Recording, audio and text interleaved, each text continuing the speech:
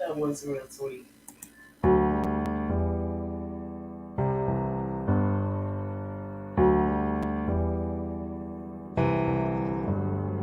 Feelings, it's like I can't walk on the ceiling. Oh yeah, got me dreaming in colors I never dreamed. Oh yeah, I let you in deeper than I let anyone else before. Filling up with my broken pieces, took them all and made them yours. Didn't know what my heartbeat needed. Skipping out, no I can't keep score. When I lose my breath, boy, you got me breathing. Oh, every little thing you do, every time you hold me, take me higher, higher. Every little thing you do, every time you hold me, take me higher, higher. Oh.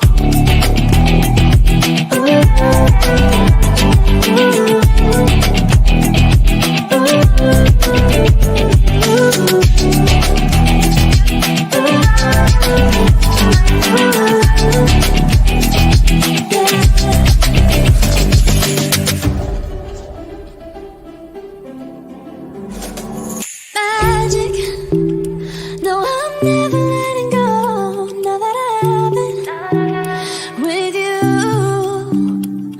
When you kiss me, it's like the stars fall out the sky onto my heart to cover up what I don't wanna show. I let you in deeper than I let anyone else before. Filling up with my broken pieces, took them all and made them yours. Didn't know what my heartbeat needed. Skipping out, no I can't keep score. When I lose my breath, boy, you got me breathing. Oh, every little thing you do, every time you hold me, take me higher, higher. Every little thing you do, every time you hold me, take me higher, higher. Oh, you take me higher, you take me higher, baby, take me higher. You take me higher, baby, take me higher. You take me higher, baby, take me higher. Yeah, you take me higher, baby.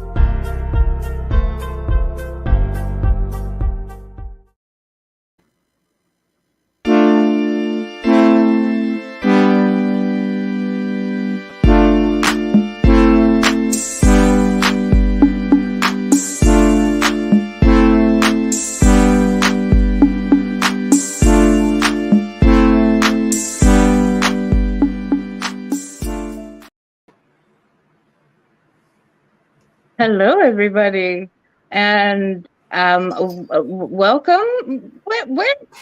This is interesting. What happened? Hey, hi. Hi, So, how are you hey, Anna, doing? how are you doing? And I'm actually. welcome to Radical Truth to Power. Yeah, Thank you so much, and back to you as well. yeah. With How's your our weekend host, going? Marlon Clyde. Hey, Well, look at that guy. he graces us with his That's so presence. We are cool. so grateful. grateful. Welcome to Radical Truth to Power, the progressive news show with Les BS. I am your host, Marlon Clyburn, along with Anna Hart and Theus Robinson. Why you use my government name? I'm just playing. That's the only thing about.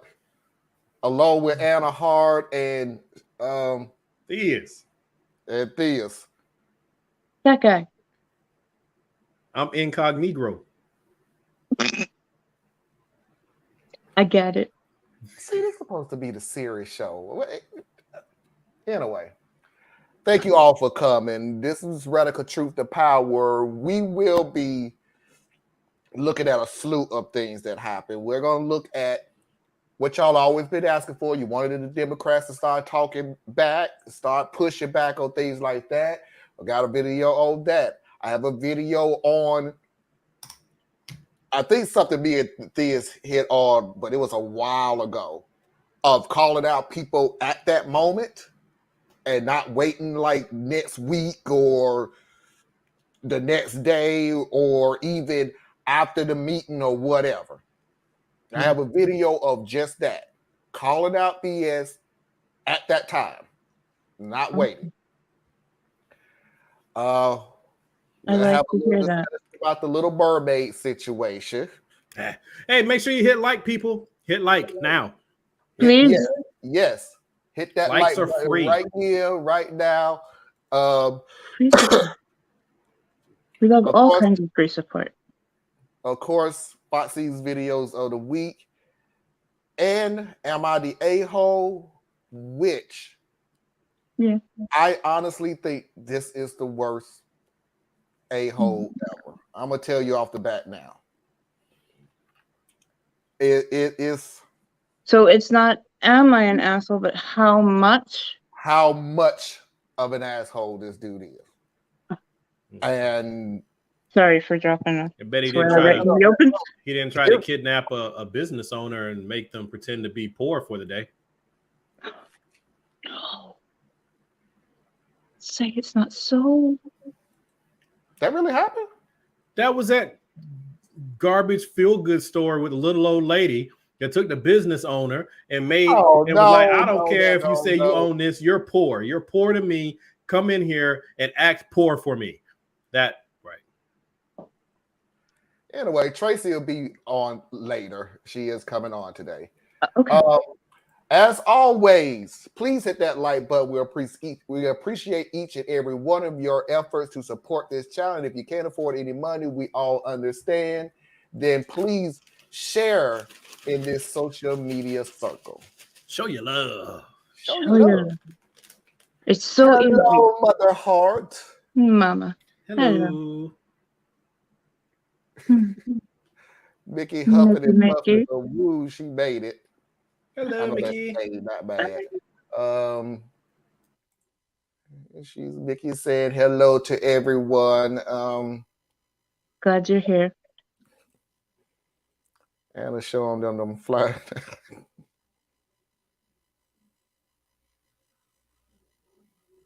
Oh, that's way better than I was expecting. So yes, okay. How is you back in? Forget it. I don't even want to know. You spend more time in Facebook jail than you out. Yep. So I don't even want to know. I'm not even gonna ask. Let's just get this party started. I'm gonna ask you.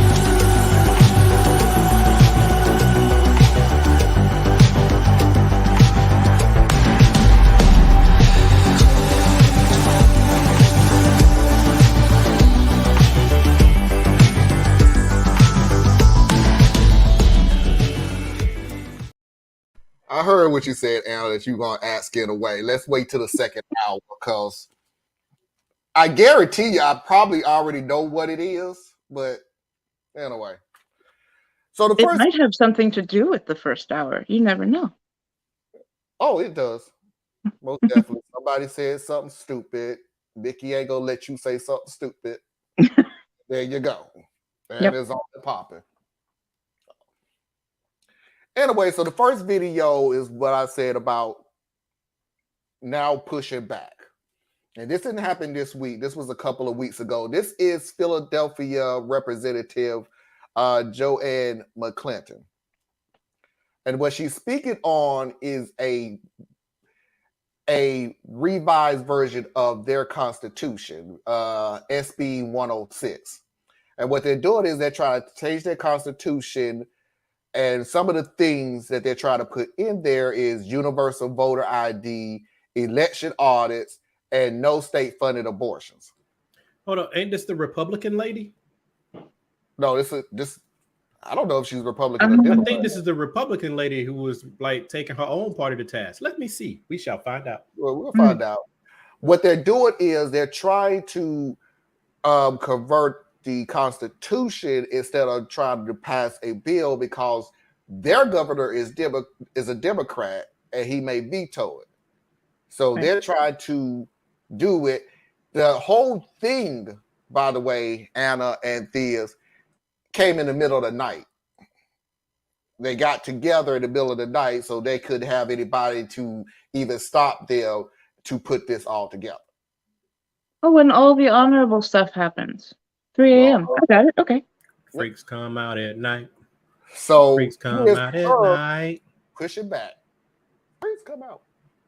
We're talking about women dying. We're talking about more than half the population not being able to make decisions when not even half of this body has a uterus. But here we are, being silenced yet again. And understand, when you're silencing us, we are actually elected officials like you all. So you're silencing millions of voters from every corner of the Commonwealth when you silence us and don't allow us to amend bills that won't let people vote, that won't allow women to make their own decisions. You're silencing all of us. So we need to suspend the rules and let this amendment come through before we rush this off to the voters. Those same voters that you tried to silence in 2020 when you didn't like the outcome of the election. Those same voters that you said it didn't matter what they chose. Those are the people you're trying to shut up. Yes. That's not the Republican lady, but No. go ahead, Miss Lady. You are right. They are trying to silence all of you. When I heard her, and I'm like, now where's the organ? Because this is the part where dun, dun, that's when the music gets going. Dun, dun, dun, dun, dun, dun, dun. But when I tell you that when you people come for one of us, you come for all of us, and that's too many for you. That woman went off, and I'm gonna notice one thing about it. I'm offended. You can get over it. The one thing that I noticed about this was, did you notice the one part of the speech? You try to take rights away from women, you didn't hear nothing. You try to take voters' right, you didn't hear nothing. You're trying to circumvent the Constitution for your own, you didn't hear nothing. What's the one time you heard somebody go speaker? When they're talking about the fake election? When you try to do the fake election. Oh, no way, don't bring that up. Oh, no, hey, speak up. See, Daddy Trump might get offended. When you automatically put everything that she talk about affects people.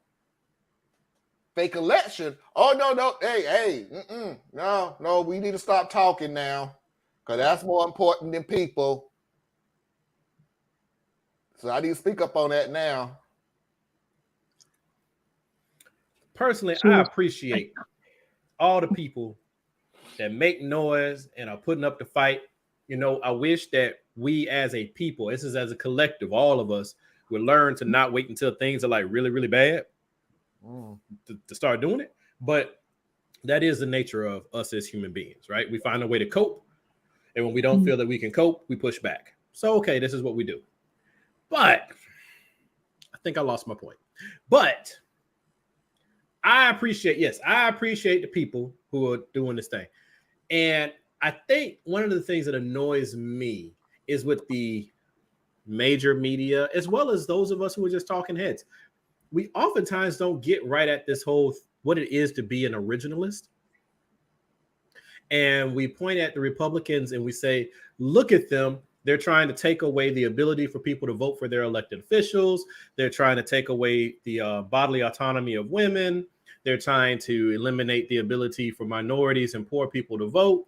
And I'm like, if you understand what it is to be an originalist, that's what they're supposed to be trying to do to you, right? Because originally, none of those people could vote. And this new push with trying to make it so the state legislators pick the senators, that's because that's the way it used to be. So they're trying to go back to that. So what you have to do is make them face that's what they're doing. Like, make them face that's what they're doing, and then make them unwind the consequences to it. But we don't do that, or the people that have the opportunity and the platform, they don't do that. They just kind of, they fight about the facts around the facts. It's really annoying. They use, and I'm tired of it now, because you hit on it, Theas. You try to use facts as the weapon. So the Republicans that say something out of pocket that don't make any sense to nobody, no, that's not right. That's all we gonna get out of you? That was it? We already know it wasn't right. You talking to the wrong crowd. When I become a major personality, I'm gonna let you guys know right now. I am not interested in doing national press. Okay, I'll work with private individuals. I'll work with whatever version of podcasting exists at that time. Mm-hmm. I'll work with small local things. National major media, I don't want to have anything to do with you guys, because all you do is try to like chop it up into little resellable sound bites to stir emotion and friction, right? And that is so tiring now, because we see the consequences of it, right? We see that instead of getting at all of these women who are being forced to carry a stillborn uterus, okay?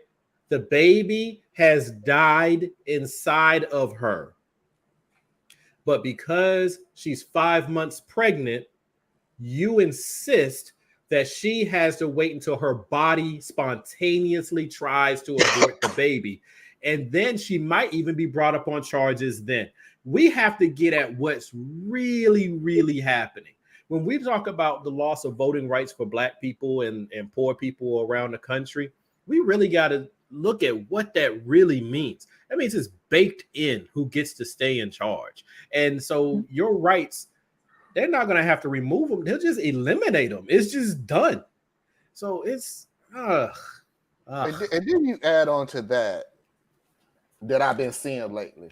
I should have got the video. I may play it next week. Now y'all going back. Mm-hmm. Marjorie Taylor Greene, who we all know ain't the brightest person in the world anyway. She ain't the brightest person in the yard. I think Lauren's smarter than her. I honestly can't tell the difference, to be honest with you. I know people say that, and I keep looking at them like, man, I'm not finna sit here and waste not one brain cell trying to figure out which idiot is a lesser idiot. I'm sorry, I'm not finna do that. Herschel wins. That's kind of given. Yeah. You won. Okay.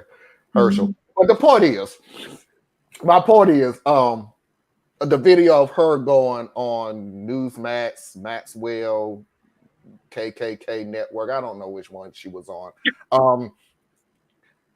And this is what the Democrats are doing now. They're trying to fearmonger, which is funny coming out of her mouth, which is fearmongering and saying that we try to take abortion away from you people and you can get abortion anywhere.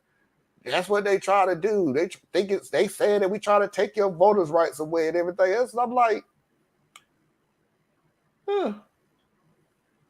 So you got what you wanted, but you weren't prepared for the backlash. So now let's gaslight everybody going, no, what we have been talking about since Roe versus Wade have been overturned and given back to the states, where the states are literally making laws and deputizing people to tell on other people. We're not seeing that. That's not true. Like Trump told you, do not trust your lying eyes. Mm-hmm. Trust me, because I might lie to you, but they'll lie to you more. Because like you think about it, like Marjorie's talking that crazy talk, but man, I tried to like turn off my brain for a second and just listen to some of their weird stuff, like listening to like some of their commercials and stuff. And I'm like, you know what? If you don't know any better, some of this makes like backward sense. You know what I'm saying? Like they've crafted an alternate reality that if you can shut out any contradicting information, you're like, yeah, Biden did make the gas prices go up. Oh, they're going down? That ain't because of him, though. Like they can. It's amazing how that works. Yeah, it's beautiful. It's beautiful. Oh, that's Foxy, everybody. Hey, Foxy. Foxy? Yeah, it's an amazing thing when you get to make up your own. It's like, remember when we were kids and used to do those ad lib books or choose your own fantasy? It's kind of like with guns. Tracy, get on in here. Uh-oh. Hey, Tracy. Hey, sweetie. I like your shirt. Mm-hmm. It's a dress. I like your dress. Thank you. So you're not going to say nothing about my hair. Okay, cool. I always like your hair. Always. That's a given. Yeah, I did not like it last week. Now, it was messed up. When did we say we didn't like your hair? No, she said she didn't. I said I didn't like it. Oh, she didn't like it. Mm. Okay. I have to cut my hair. You see this? You see all this? I got to cut my hair. So I'll do that tomorrow. Yeah. The nearest abortion clinic is 800 miles away. No money for gas, motels, meals out. So how's abortion available? So see, here it is, Mickey. See, this is the problem. See, you're looking at the logistics in the wrong logistical way. See, you got to logistically look at it in a logistical manner so that you can understand the logistics of the situation. See, so the nearest abortion clinic is 800 miles away only because you live in the wrong place. If you lived in the right place, then the abortion clinic would be closer, and then you wouldn't need a hotel, motel, Holiday Inn. You could just go ahead and choose and kick it with your friend, you know? So it's all about the logistics of the logistics. You dig? That was 7 times saying logistics. I'm going to the next video because I don't want to hear what the next one is. I do have to say, can you hold for a moment? The comment was so spot on. We are ignoring mental health to the severe detriment of the mothers who are now carrying dead cells. That it not only risks her health, her chance of even maybe keeping the uterus, her chance of ever having kids if she wants to one day. And then the basic F off, we don't care. Yeah. Anytime you talk about mental health, let's just be real. America doesn't care. Okay. No. So what we use mental health as a wedge. So if you're doing something that I don't like, then I can say, what about mental health? If you want to change something that I hold dear, then I can say, what about mental health? If it's just like we do with the veterans, what we do with women and children, right, is always, well, what about, right? They're not even introducing, to your point, Anna, they're not even introducing the mental health quotient into this. Like it's absent, okay? Yep. Because if they did introduce it, then it will walk us down the path of actual having healthcare. And that's just another distraction. It'll become another distraction, but it's something they don't want to touch. Because what they'll do is they do this this piecemeal thing. And I blame your CNNs and MSNBCs and your Democrat talking heads for this. Republicans will come out and say, well, this, like when they try to put this new ban out there, right? This will put us more in line with the civilized nations in Europe. And they were like, you know what else they have? You know, they universal health care, mental health care, time off for bereavement and healing, right? You know, they kind of do those things. You know? But can we put that on their base, though? Because their base is not going to research everything you just said. I don't put it on their base. I'm talking about our side. because our side lets this stuff flow in the same little conversation. Like even when it's just our side talking, like when you watch, you know, my boo Margaret Brenner or whatever, how you say your name. I like you, shorty. But when she does her little show, it's all people on the left. Like it's like there's occasionally people on the right, but yeah, whatever. She moves kind of past them pretty quick. All left talking heads. MSNBC, another place. All left talking heads. But they don't go into that. They just want to do. I was going to make a video. Don't pick at me, Marlon. I was going to make a video talking about they're playing with us.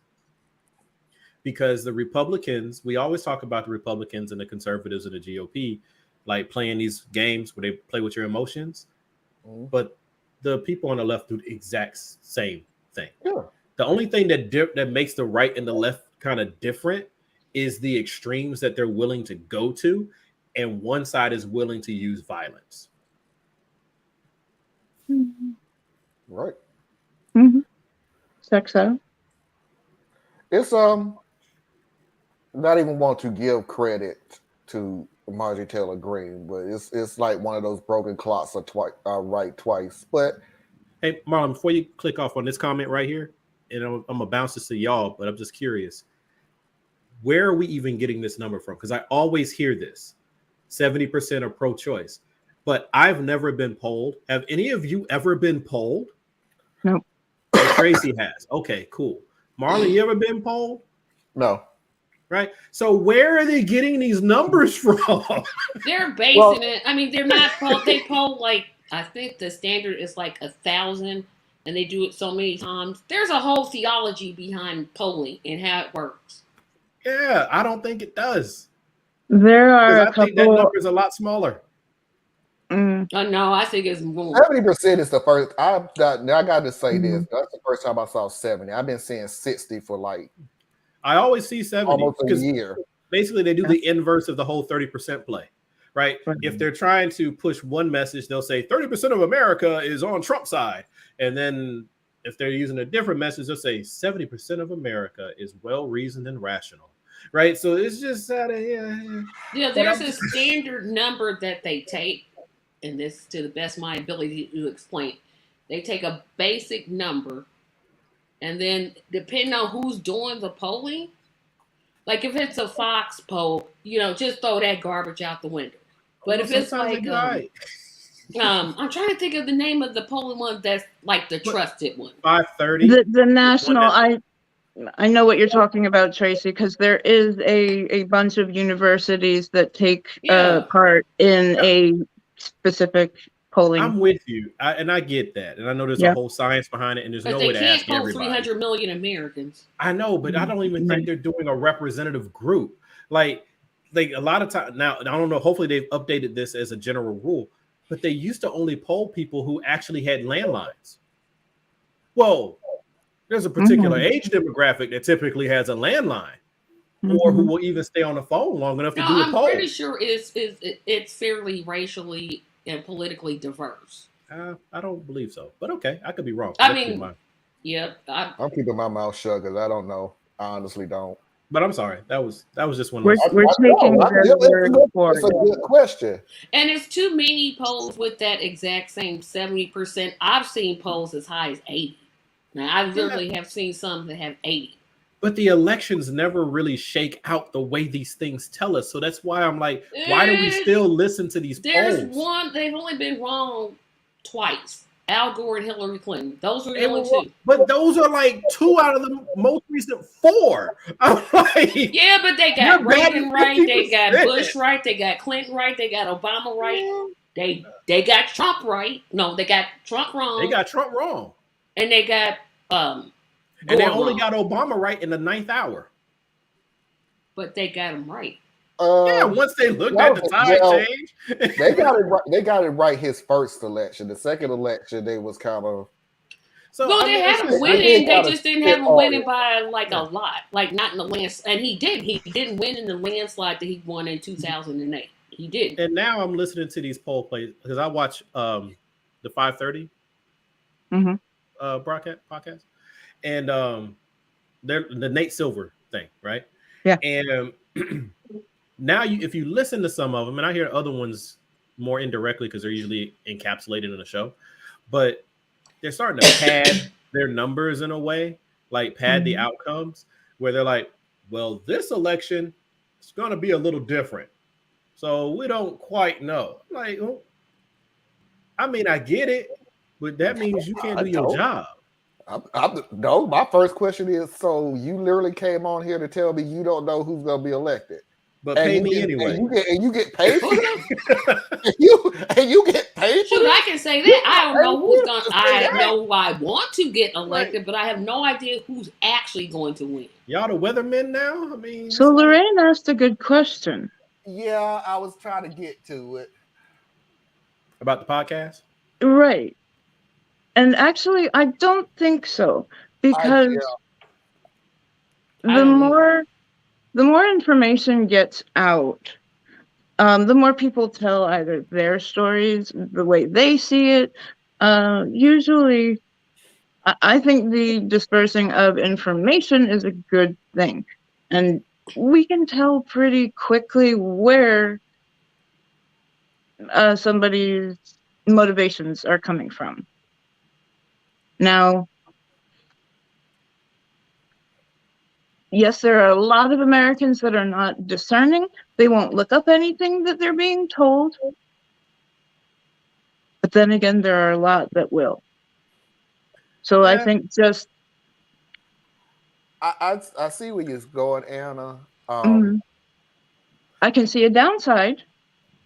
I think the deal is that it will not take over. The only reason I say that is because podcasting, wonderful thing, regardless, but it's way too many. So it's the equivalent of saying, yeah, I know I'm this type of person, so I'm going to go to Fox. I'm this type of person, so I'm going to go to CNN or MSNBC. I'm this type of person, or I always look at everything on ABC. I look at everything on NBC. I look at everything on CBS and blah, blah, blah. You already have grown up knowing where to go.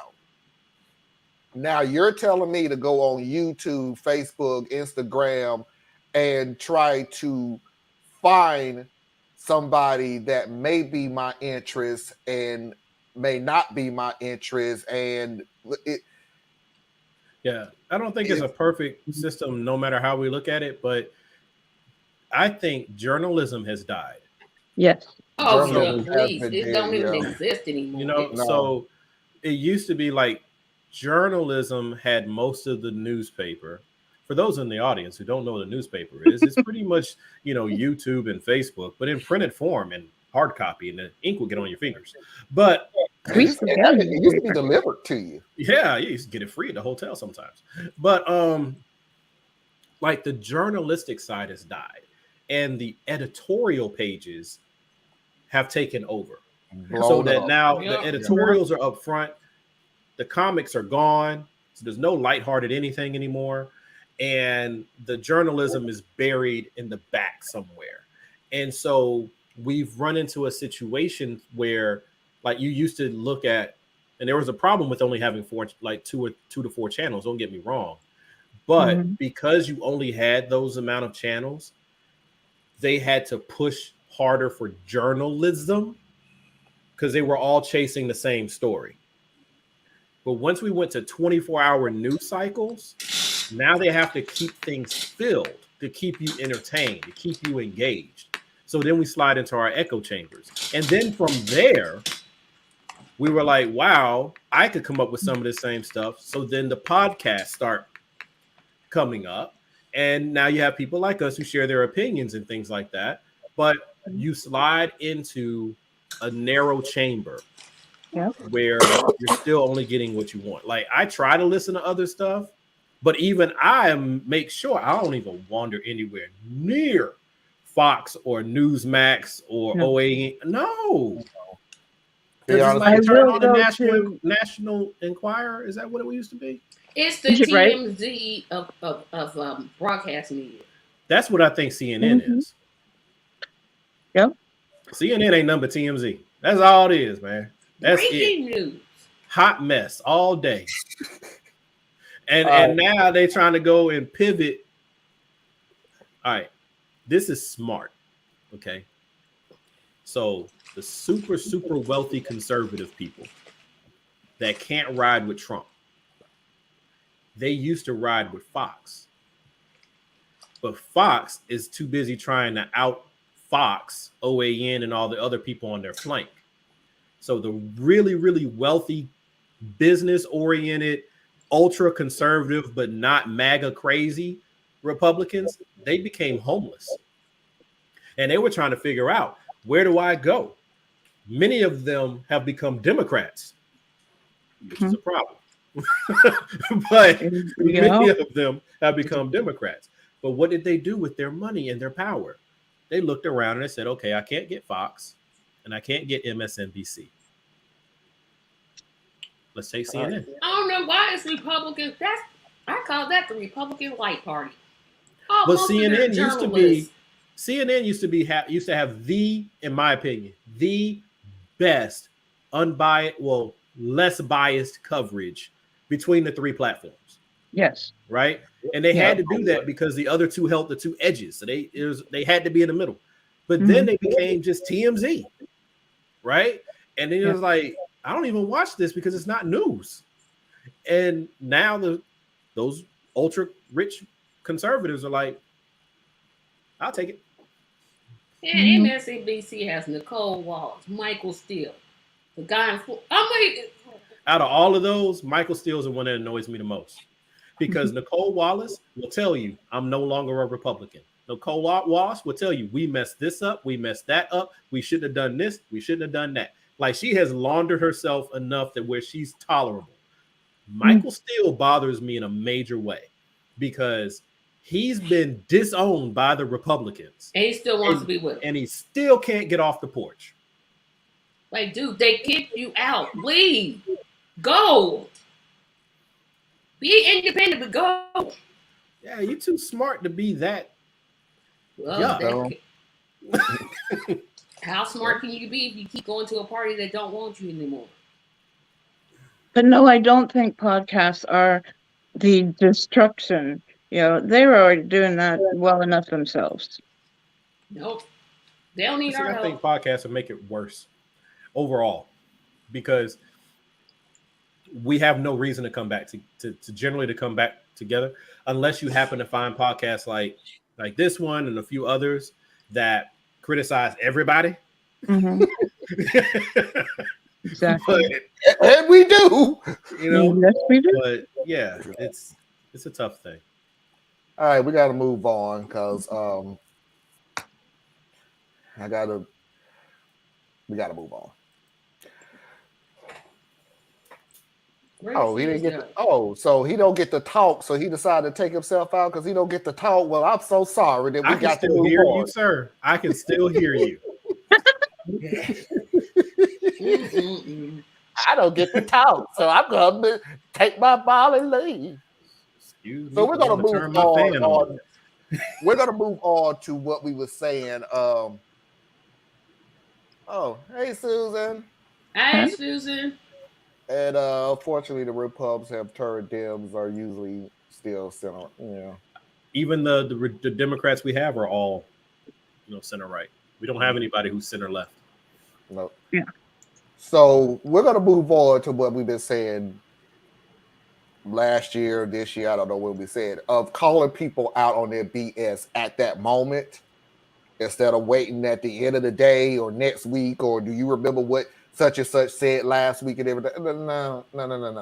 You had that person right in front of you spewing that BS. Why didn't you call them out right now? Well, I dog it, Al Franken. Thank you, sir. Please run again. The legitimacy of the court was undermined when they wouldn't take up Merrick Garland. And you'll remember that McConnell said it was because it was during an election year. And you remember Lindsey Graham pledging that if a vacancy came open during an election year in 20, that he wouldn't vote for. They wouldn't take up a nominee. They've stolen 2 seats. The one that Merrick Garland wasn't given a hearing for, and the one that Coney Barrett was, where she was seated a week before the election. That destroyed the legitimacy of the court. Alice, what do you think? Did Chief Justice Roberts sort of, I mean, he sort of ignored some of what Al is talking about there, and that there is, I mean, a tremendous amount of controversy as to how this court got tilted in the direction of the far right. Just to throw a little accuracy in some of what Al said there. Look, the Merrick Garland was held up because we had a divided government. We had a Democrat in the White House, and we had Republicans in control of. That's not what was said. That's not what McConnell said. But that's the way historically this has been. When you're in close to an election year and you have divided government. That's not the way it's been historically done. Yes, and when you have divided government, there typically is inclination to. Tell me when this happened before. When you. Tell me when it happened before. When you're. Well, Merrick Garland is certainly one. When there's a divided government, no, before Merrick Garland, they're moving. They're not moving forward. When tell me when this government. happened before. Al, I'm telling you, this is what the Mitch McConnell Tell me when it happened before. I can't. You said this is what happened historically. Tell me when it happened before. Look, this is the way that the Republicans went. Like, I can't give you an exact example of when this happened in the past. You know but why you can't? Because it hadn't happened before. Look, the basis for not appointing him was because of that specific reason. But moving forward... No, it wasn't. And McConnell explicitly said that it was the, quote, Biden rule, and he quoted a little piece of a speech that Biden had given in June of '80, and Biden said they wouldn't take up if they weren't consulted, and this was about someone resigning in June after a term of the court, which is very different than someone dying. Scalia died in February. And you saw, you guys, if you can find the tape, you can find Lindsey Graham saying, keep the tape. We will not take up a judge if someone dies, a nominee, if someone dies in an election year in the next election. This is total hypocrisy. And you actually, I'm surprised that you're claiming this and you can't come up with an example because there is none. To get back to the point of the conversation here. No, Kamala Harris, this is the point.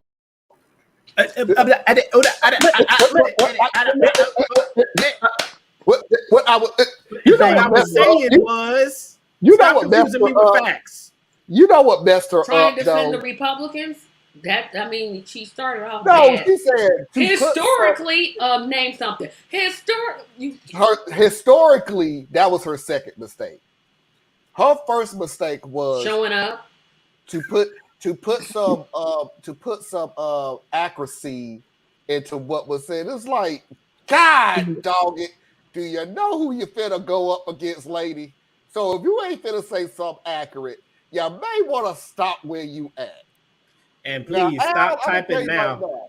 But I don't like what you did that got you kicked out. I get allegedly. It. I don't like it. Please. Please stop with that one. Come on, bro. I'm not gonna know. She said that he didn't sexually harass her. That's what the lady said. The Democrats just got stupid, forced him to. He should have been called to the carpet, made to apologize, and kept it pushing. Come on, bro. Yeah. That's what me and Anna said. He should run again. Agreed. He definitely should run again because he was getting so wrong. I ain't giving no credibility to that correct kangaroo. I'm sorry. Al Franken came from the old SNL. When they were funny? Yeah. Sometimes. They were funny during Trump. Well, come on, that stuff just wrote about I himself. took the word for it because I watched the opening monologue and then I turned it off. So it was I don't care. But my point is, Al Franken is old SNL. When he's a comedian. When he talks to you and he knows what he's talking about, and you don't, the last thing you need to do is sit there and say something as idiotic as Historically speaking, and couldn't name not one thing. That's the rule anyway. Whenever you're dealing with somebody who is intelligent and you can tell that they're in go mode, like you might mess up the first time, right? You might push back that first go around. There's a little nudge back, you know. But when they're in go mode, you'd be like, oh. What she should have did was say, I can't hear. My headset is gone. I was up. What? I can't hear. I can't. We're gonna have to take a commercial break. I can't hear. That's what Fox. She should have did. Fox does that. Fox does that all the time. It's amazing how $1 billion company can't keep their microphones going when somebody busts them down all of a sudden. Just totally amazing to me. The mics, the all of a sudden that 15 minutes or that 10 minutes that they have on there, that 10 minutes just sweep by. And we'll talk to you later. Oh, we got some difficulty with the cameras and we lost it.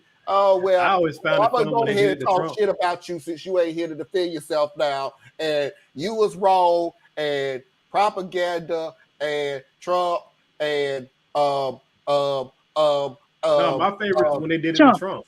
Trump would call in and he would go off on a weird tangent and they'd be like, well, we got to go. Yep. You're about to say something. That's what she should have just did. I can't hear you. I'm sorry. What? Huh? What was that? Thank you. It would have sounded less lost. She said he never harassed her. Why did he? Okay, we finna get on that. Yes, we are, because he was did wrong. He should never have did wrong. Run again.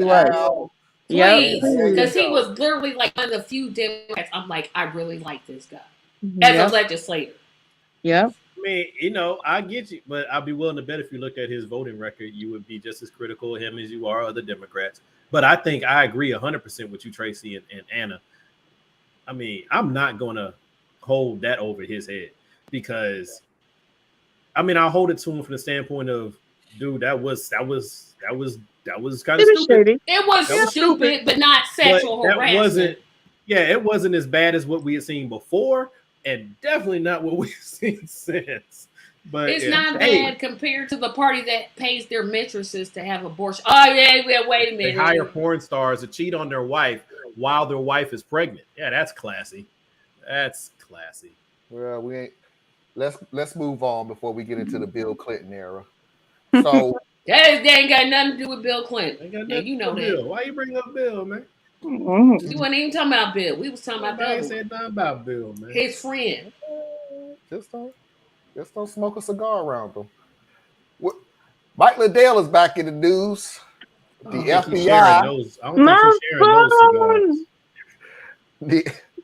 Don't you know that I still sell my pillows? You don't know, and I still got my pillows. I run 42 different businesses from my phone. They took my phone. I got my pillow. I got my socks. I got my robe. I got my house, my house shoes. And if you look in the data, held a conference and only 3 people showed. And they was playing the slot machine.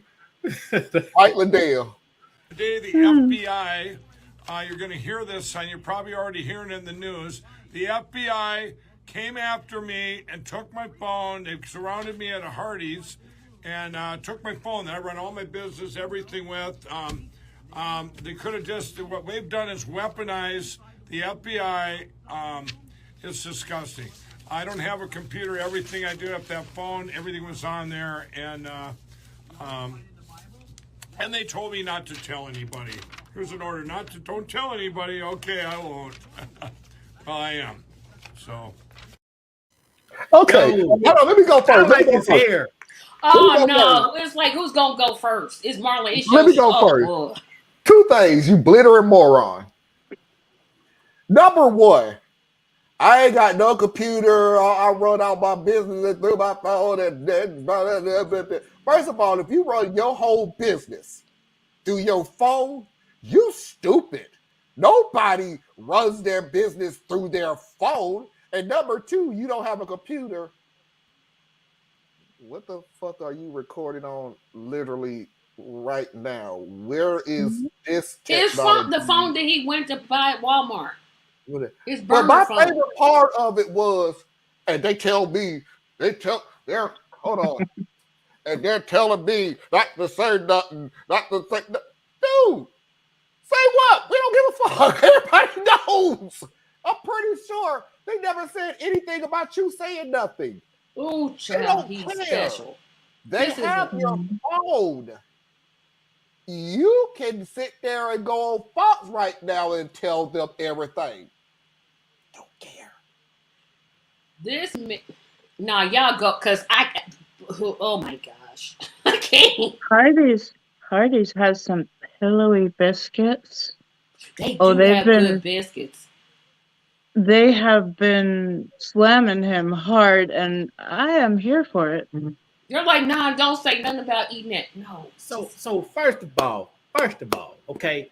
First of all, Mike and L dog.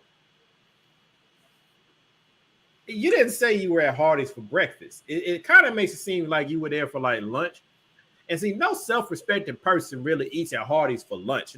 That breakfast is when you go to Hardee's, okay? So I'm a little concerned for you, Mike. Like they were really helping you by interrupting you at the drive-thru because Mike, don't eat that.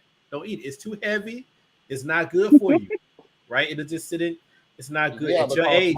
Because Mike Liddell looked like he's in really great shape. Yeah, he got that definitely don't want to mess that up. Hey, I'm just saying, I'm just looking out for old boy's health. You know what I'm saying?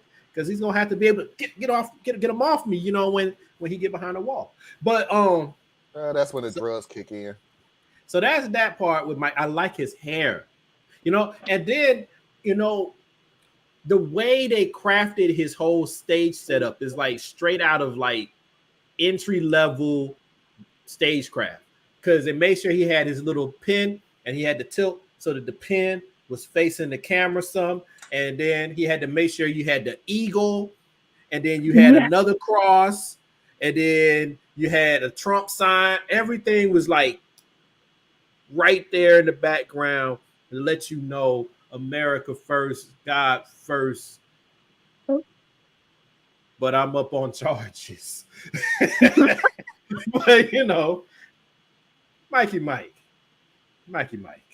You're still trying to push the big lie. Come on. See, that's what I feel you. I just wish the Democrats were better at this game because, like, the big lie. I said it in the beginning. It just made it too nice. It's too like movie-ish, right? It's a big lie, like the Big Lebowski. I'm like the big lie. Man, it was a coup.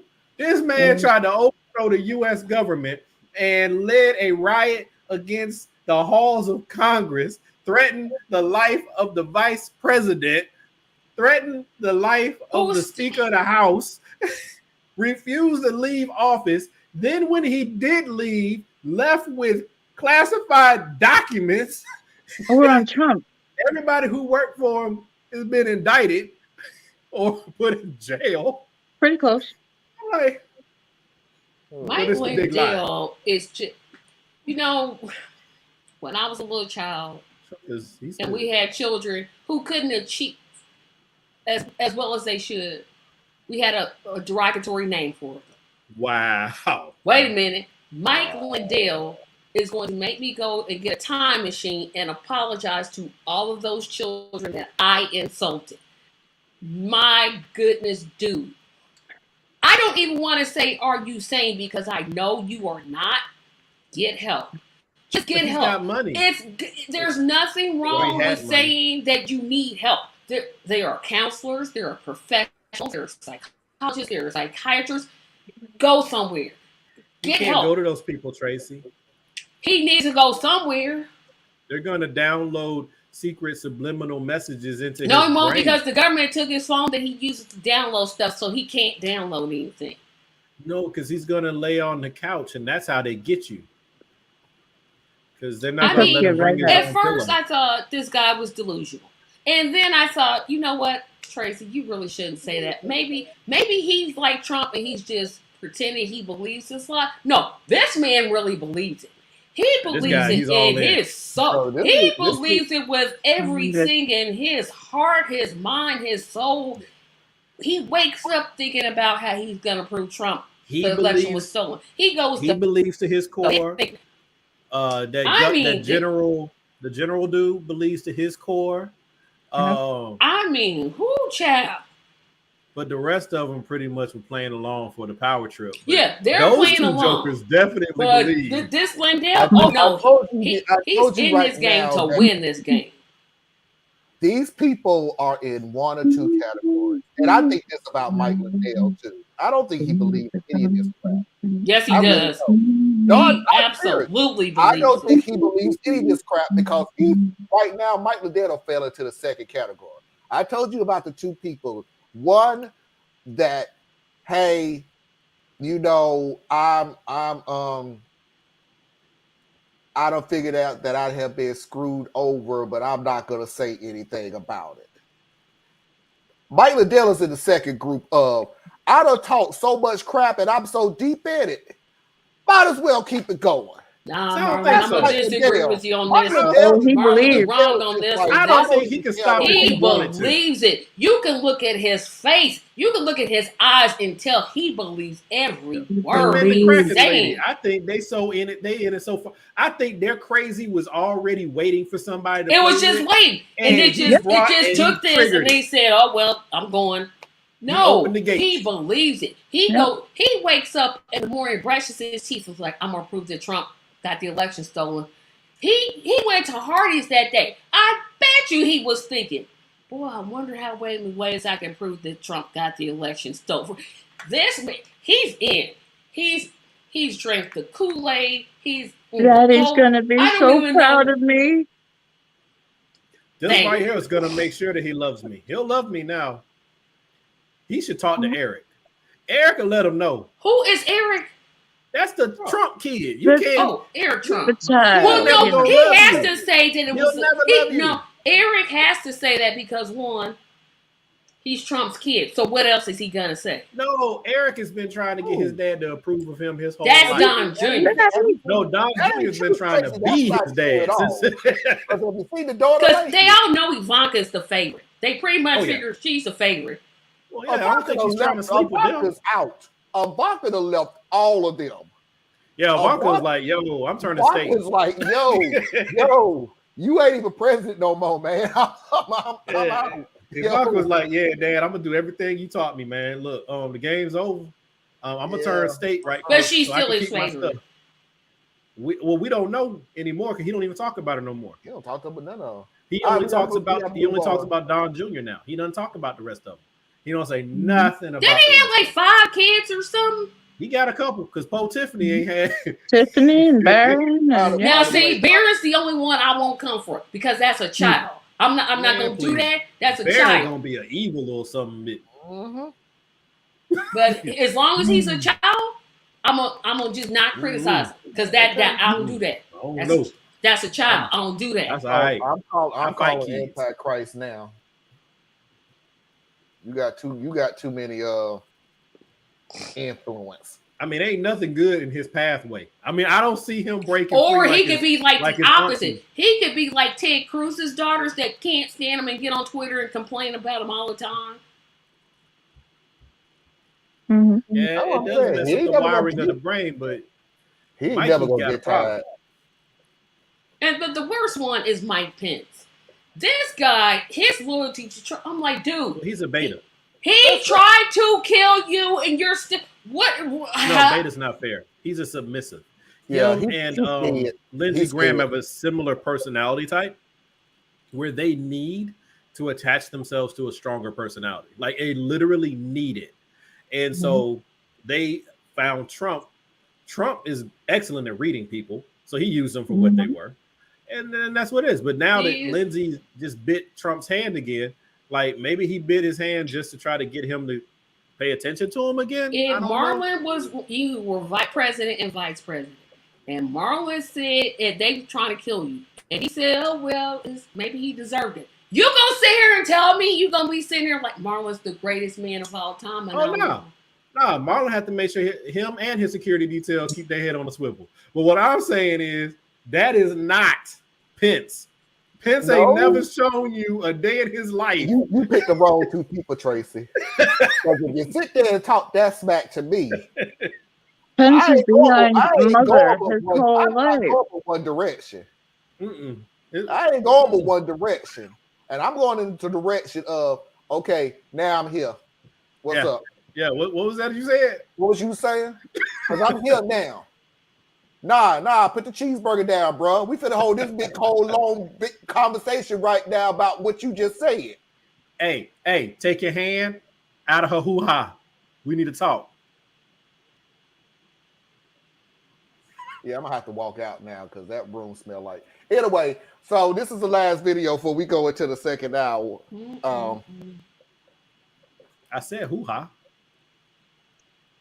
Nah, man, I don't. Room smelling like cheeseburger and hoo-ha. Meet me out in the hallway, man. It's Big Macs. He likes Big Macs. If it's a healthy and clean hoo-ha, then that's not a bad smell. But I'm saying it's just wrong. He's in magnificent. We're going to the next video. We're going to the next video. When the manties, he be wearing the manties that come up to his chest. Yes. Let's go. And almost nothing has happened to those people. And what they're doing here is a disgrace. It's a disgrace to our country, and it just cannot be allowed to happen, and it cannot be allowed to continue.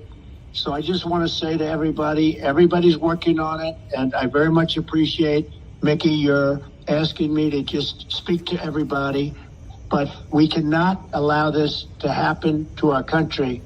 So God bless everybody. We are working very hard. Thank you, President Trump. Thank you for calling President Trump. I know the men inside appreciate you, as I do as well. And say hello to everybody. We have a heckler here right now, so you did draw us some attention, President Trump. Thank you so much, and we look forward to working with you in the future. God bless you. Thank you all. Thank you. Mickey! Mickey out here gonna call Trump. No, she didn't, Mickey. I thought you was on our side. I thought you was on our side, Mickey. I'm just glad that Charles made it out the basement, man. Charles got out the basement and he showed up and showed out, boy. Mickey, Charles. I don't even know what to say. Nah, Mickey was in the chicken head. That was Mickey running back and forth with the side fart noise, which, okay, it didn't have to make sense. It was just fun. And the funny thing about it, the only reason I even showed that video is the guy's face. God bless you. The last thing the woman did in the background was like, lady, this is not like a play and the kid is in the wrong spot during the play. And you're supposed to be a rock. This is not your spot. No, this dude is purposely doing this. And you still think, I just don't like how these people keep using like their faith in vain like that, man. Like, oh boy, you was about to go on my point. Oh my goodness. They were only saying God bless you as a way of like not cursing at them. Like it was not truly, be blessed. We care about you. You're having a moment, and God can help you. That's not what they were saying. That was bless your heart all day long, right there, boy. Mm-hmm. Cussing them clean out without cussing them clean out. It made me think of when I worked as a teller in the country. We had a head teller who knew everybody. Like she knew everybody. And we would joke. Somebody would show up in a mask and I bet she would turn around and be like, Billy, is that you? Take that mask off. Billy. Because I feel like that was Billy that made it. You want me to call your daddy? That was Billy that showed up. Go ahead, Billy. All right, we're going to do something a little different here. The Am I the A-hole, I had to break down into 3 videos. The reason I had to break it down into 3 videos is because it was 3 updates. It was 2 updates. The original and then 2 updates. So I'm going to play the first video of Am I the A-hole. And remember what I said at the beginning. So my only question is, and by the way, because I said this to the Foxy, she didn't say anything back. I just want to make this perfect clear. No, we're not talking about child abusers and women abusers and things like that. We're not talking about those people. Those are the worst of the worst of the worst on this freaking planet. I have no respect for people like that anyway. But this guy didn't do any of those things. And I still think this guy for this show is the biggest a-hole I have ever put on this show. So I'm going to play the first video. We're going to take a break, and then we're going to go into the second hour with the last two videos. So let's get to it. Girlfriend leave the country? I'm a 28-year-old guy, and I've been dating my girlfriend, who's 27, for 5 years. We met in college where she was an international student. She started working after graduating while I'm currently doing a master's. Her company was sponsoring her visa until they got bought out and she got laid off. She was given a limited time to find a new employer to sponsor her a new visa, and it really stressed her out. She was applying to jobs every day and did a lot of interviews, but unfortunately, she wasn't able to get an offer. She really wanted to stay since she loves this place and I would still be here in this country. While I was out with a buddy, he suggested that I sponsor her visa since we'd been in a relationship for quite some time. I love her, and I didn't want to see her so stressed out, so I told her about the idea. She was hesitant at first. She said that she didn't want me to think that she was with me so that I could be her way to a permanent citizenship to the country. I wanted her to stay, and I wanted to do it. We talked to an immigration consultant and decided to do the paperwork on our own. She was the one who mostly looked into the stuff that we had to prepare. She still applied for jobs, but not as urgently as she used to.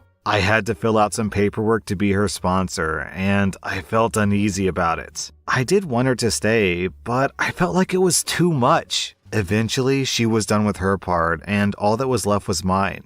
I finally told her that I didn't want to go through with it. She was very upset and asked why. I told her that I suggested the idea because I didn't want to see her stressed out all the time, and that I eventually realized that I shouldn't have to be responsible for her. We had a long talk where I told her that I still want to be in a relationship with her, but I just don't want to be forced to be responsible for her. She said that she felt very hurt by what I said. Things changed, and she didn't really talk to me after that. She kept applying for jobs and attending interviews, but eventually her visa expired. Before she left, I told her that I love her and that I would really want her to come back. However, she told me that she sees me differently after the things that I told her. It's been a few weeks since she left. I miss her cooking, her presence, and being able to spend time with her. I still want a future with her. However, our close friends have been telling me that I was a butthole. I disagree, and I think that they're biased. So here I am asking what Reddit thinks. Am I the Okay. So nobody says anything yet. We have to move on into the second hour. And we'll probably could say something at the end of the second video. Because there's another thing that I'm going to put in the back of your head. And I want to think that I think all three of y'all should be able to pick up on it. The second video opens up another situation. So we're going to go on into the second hour. So give everybody a chance to reboot and refresh. We will see you in the second hour. Please do not forget to hit that like button if you will not be with us. And we'll see y'all in the second hour.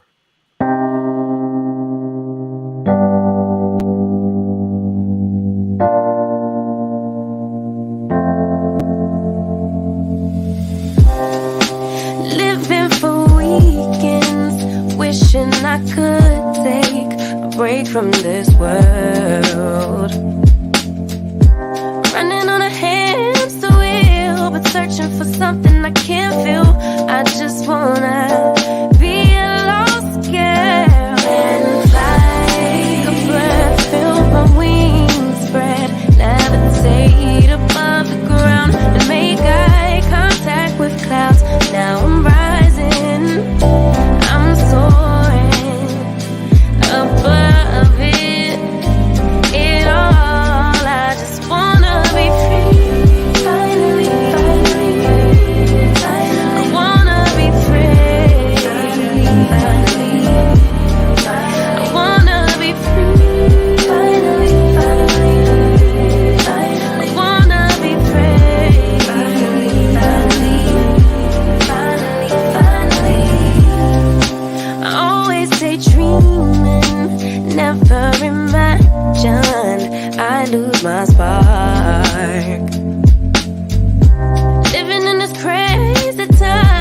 piecing back the pieces of my mind. I know how to run from the dark and fly. Till my wings spread, levitate into the clouds. I'm so high above the ground. I'm rising. I'm soaring above it all. I just wanna be free. Finally, I wanna be free. I wanna be free. Finally, I wanna be free.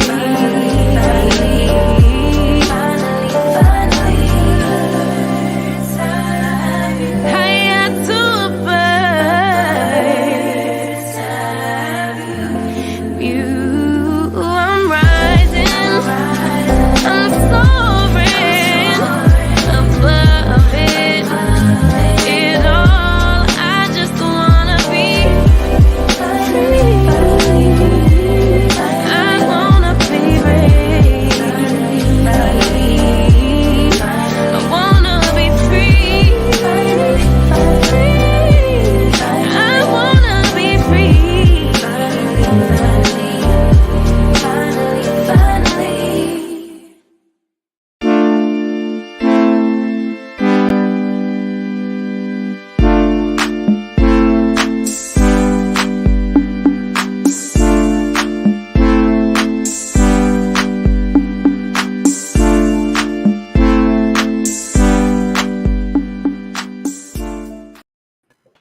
We are back. Yada, yada, yada. Let's go ahead and pay these bills so we can go ahead and get back into this situation. Please do not forget to go to Tracy Media LLC Patreon's page.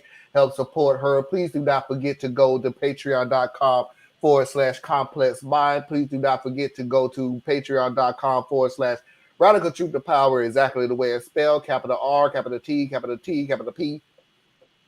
Please do not forget That starts to remind me of Charlotte's Web. I'm about to wrap there. Please do not forget to go to BorelliEtc.com. That is Anna Hart's website. Please go there and learn something that you probably didn't think you needed to learn.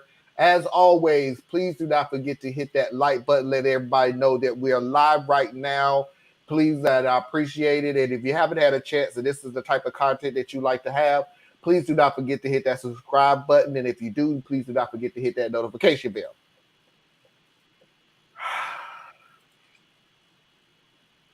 Good job, sir. Very good. All under 30 seconds. Well, Yeah, that ain't never happening again. Second part. And then OP posted an update. I talked to her over the weekend. She didn't have time to sell her car before leaving, so she contacted me saying that she did some paperwork to transfer the car to me. I do understand that she felt hurt, so I told her that I would buy a plane ticket to go see her. She had never once went back to her home country after moving away, so I've never visited her home country. I wanted to show her that I'm very serious about her and that I'm still committed, so I wanted to fly over to visit and talk things out. She immediately turned me down, saying that flight tickets are expensive and that I still have to work. I begged her to let me, and she eventually said that she couldn't forget the stuff that happened and that she couldn't come back from it. I explained my side again, and that while I understand that she's hurt, I shouldn't be forced to take responsibility for her, and that I hope that she would be understanding of that. The conversation was long. She said that I never saw a future with her from the start and that I abandoned her. She said that it wasn't about the sponsorship, but it played a big part in it. In the end, she told me that she loved me, but she doesn't think that we should be together. Okay, now let everybody get a chance to talk before I get to the third video. Can we have two a-holes? Really? Because I think both of them are real. He was an a-hole for doing what he did, but she the one, when he first suggested that idea, she should have said, no, absolutely not. I'm not going to let you do this. But no, she went right along with the idea. Then he partially starts it, then changes his mind, which makes him the worst idiot than she is. Yeah, they're both a-holes. Both of them. Unless this story turns out that he moved and they lived happily ever after, I'm going to go with both of them or being the a-holes. Okay, Anna.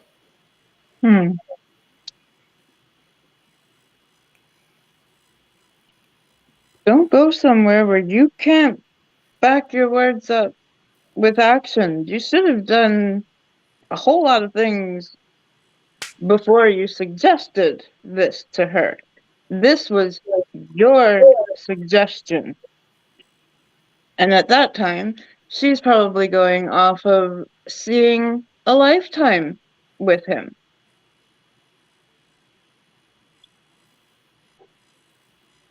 I have a hard time placing any kind of blame on her, but definitely him.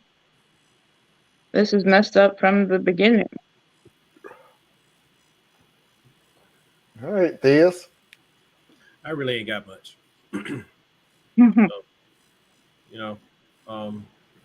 Can't blame her. She loved him, thought he loved her. He presented this, which when the person that claims to love you presents that, and you're already in a long relationship or established relationship, it just makes sense that she would have continued on because ultimately she viewed herself marrying this guy anyway. So it just makes sense. Says, I don't want to be responsible for you. That was a very strange. Are you truly responsible for another adult? You are because as her sponsor. No, I wish I would be responsible for what my man gonna do. Nope, nope.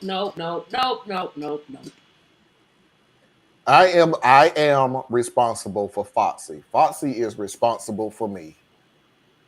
When you sit there, supposed to do. Yeah, when you in a relationship, you are responsible for each other. Otherwise, I don't see the point of why you are even in a relationship. In my view, you should be responsible for and to the other person. But when he's sponsoring her, that's a whole different level. But it's not really. It is a different. It's a different level from dating. Okay. Yes, because he's saying to the government, "Hey, if she does something wrong, I'm gonna be responsible for it." Yes. And that's on bull. You do something, that's on you. So then don't sponsor somebody. But my thing is, he should have never offered it. He should have just been agreed. like. How do you say that you would ultimately want to marry and spend your life with someone? I don't think he wanted to marry her. I don't either. I think he liked the idea of having a girlfriend. And that's what pisses me off about this dude so much is you're saying all the things about missing, loving, and by the way, I'm not even going to sit there and try to play, the psychological thing of why the hell your first thing that you missed was a cooking. That was kind of good. But I'm not going to play that game. I'm not. What? He missed her cooking and her cleaning. The first thing that he missed was I miss her cooking. Well, now. I miss you.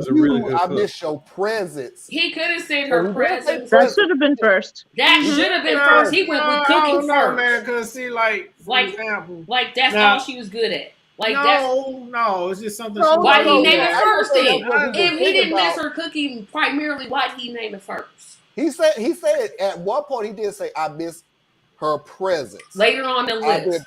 But that was like second or third, dude. Your first thing was y'all worried about the order in which a jacked up dude said he liked something. He missed her cooking. How crazy y'all sound right now? No, because if my Foxy is not here, and then somebody asks me, well, what do you miss about her?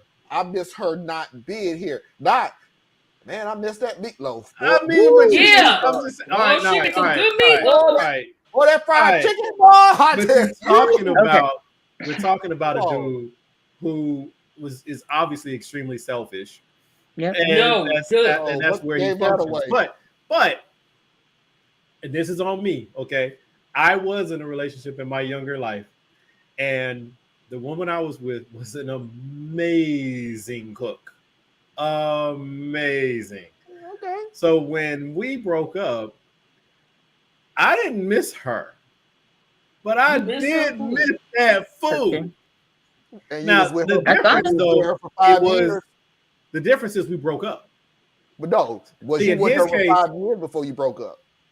I don't know how many years we were together, but in his case, he wants to make her sit still and entertain him, so to speak. Like, I want you to be this thing for me. I don't want you. I want what you represent for me. Right? So I could just as easily have this with someone else, but I don't want to have to go through the effort of building this with someone else. But she has responsibility to this too. She knew good well that visa was going to expire. But did nothing in her tell her, gee, I better look into ways to expand the visa? No. She's not from here. Her visa expired because her job laid her off. Right. It's not like I forgot that part. But not only that, but this isn't her home. So like the kind of the things we just understand might not be the case for her. Like if you drop me off in Shanghai, I might figure out most of it. But there's gonna be stuff I do not understand. Yeah, I'm gonna be holding some conversation with some cops because it was like, dude, I didn't know that was against the law. We do that all the time. So sorry. And if he wanted to be, I don't think this dude wanted to get married because he never thought, gee, why don't I just get married? No, he didn't want responsibility. He's the guy who would get married. He's the guy who would get married, but because he doesn't want responsibility, he'd be the worst spouse you've ever run into in your life. Oh yeah, that. He's the type of person. He's the person who, and it will come into perfectly clear in the third video. But I'm gonna give you a heads up that the pattern that I was telling you about to look out for, it was in the second video. It just flew past me. So I know it flew past a lot of people. So I'm not holding anybody, I'm not talking smack to anybody. But this person right now don't want her. She wants what she does. That's what I said. She wants her. That's literally what I said. That's literally what I said. Yeah, that's basically what he said. My bad. So let's go ahead and move on to the third hour. Consider that I'm just repeating everybody. Third hour is only 9:20. Third video. You said it's Sunday and it's getting late. I so am. We love you though. We do a lot.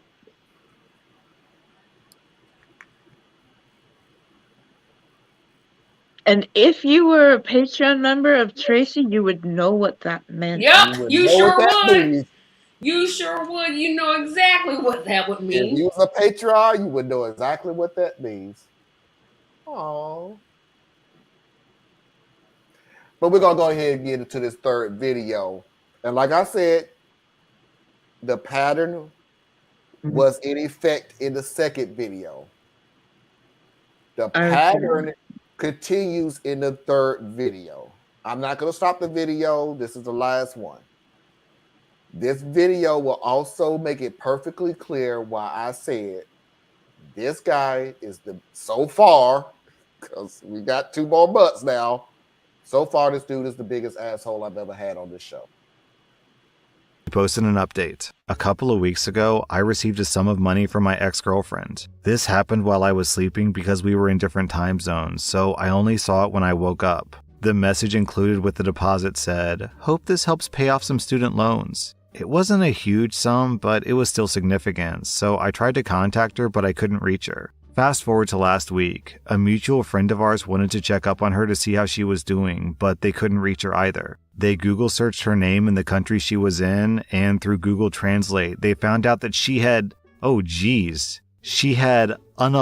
herself. No one knows exactly when she died, but it was most probably soon after she sent me the money, and no one could find anything about a funeral either. She wasn't close to her family, and she didn't have many family members in her country. Other friends found out about it too, and since then, everyone's been blaming me for her death. Obviously, I'm devastated by it too. However, I think that it's unfair for people to say that I'm the reason that she killed herself or that I could have helped her. She's had depression before when we were dating, and I've always managed to get her to get over it, but problems still did come up from time to time. She was also the one who broke up with me after I tried to make things work. This incident has very negatively impacted my relationship with my friends because I work with some of them in school. Some very close friends have also stopped talking to me. What do I do? How do I convince them that it wasn't my fault? And how do I get my friends to treat me normally again? Well, first of all, find some new friends. Because you ain't getting them back. I did not expect that to go off like that. I thought they were going to say she got married. No. You got a lot of searching to do before you want to go out and find friends. You need to talk to yourself for a good And long while he while. wasn't totally responsible for her suicide, he played a part in it. Played a part. He definitely played a part. Man, I just hope he go play in traffic with the traffic. Thank you very much. Appreciate you. Thank you, Chris. I don't care. I don't care. This dude right here. And by the way, did y'all catch the pattern? It's always about him. It's always about his feelings. Always. No, always. I'm not talking about for me. It's not. I'm not talking about him. Did you see the pattern? The hell are you talking Point it out to us because we apparently are missing something. Okay. So this is why I said this is why I missed it. Remember when she said, I forgot to sell my car. So I would transfer the car over to you. She never said, and sell the car and send the money to me. She just transferred the car over to her. The second one was, and now I'm going to send you money to pay off your thing. Those are underlying reasoning for when somebody is going to unalive themselves. They get rid of their possessions. Yep. That's one of the things that they do. Yeah, but you can't look back at that and track that one that particular way because the first one is she ain't coming back. So she ain't got no use for that car. And she don't know nobody else because as manipulative as he is, he probably didn't let her have very many friends anyway. So that's fine. Got to get rid of the car, sign it over to you. I'm done. And then the thing about the money, there was no turnaround time on that one. So, basically he's an asshole. He contributed to her depression. But her depression is her own. Yes. So her checking out of this life is not on him. It's not. But him and all the roles that he played and just being a horrible human being, that's on him. I've had like 3 suicidal ex-girlfriends. It wasn't on me. They had issues. None of them checked out.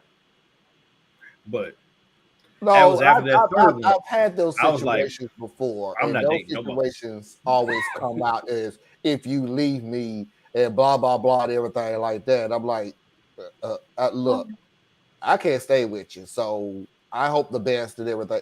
This dude right here flat out just told you. Because here's what I keep thinking. He never said what it was that she was going back to. Yep. So the United States, as much as we make light of how terrible this country is, and it is, it's still better than a lot of countries. Barely. It was fair, especially when it comes to a lot of places that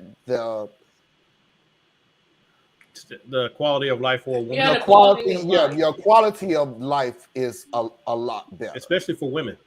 So we don't know where she went back to. But I'm just saying, like, just presuppose she's from Afghanistan. Right. See what I'm saying?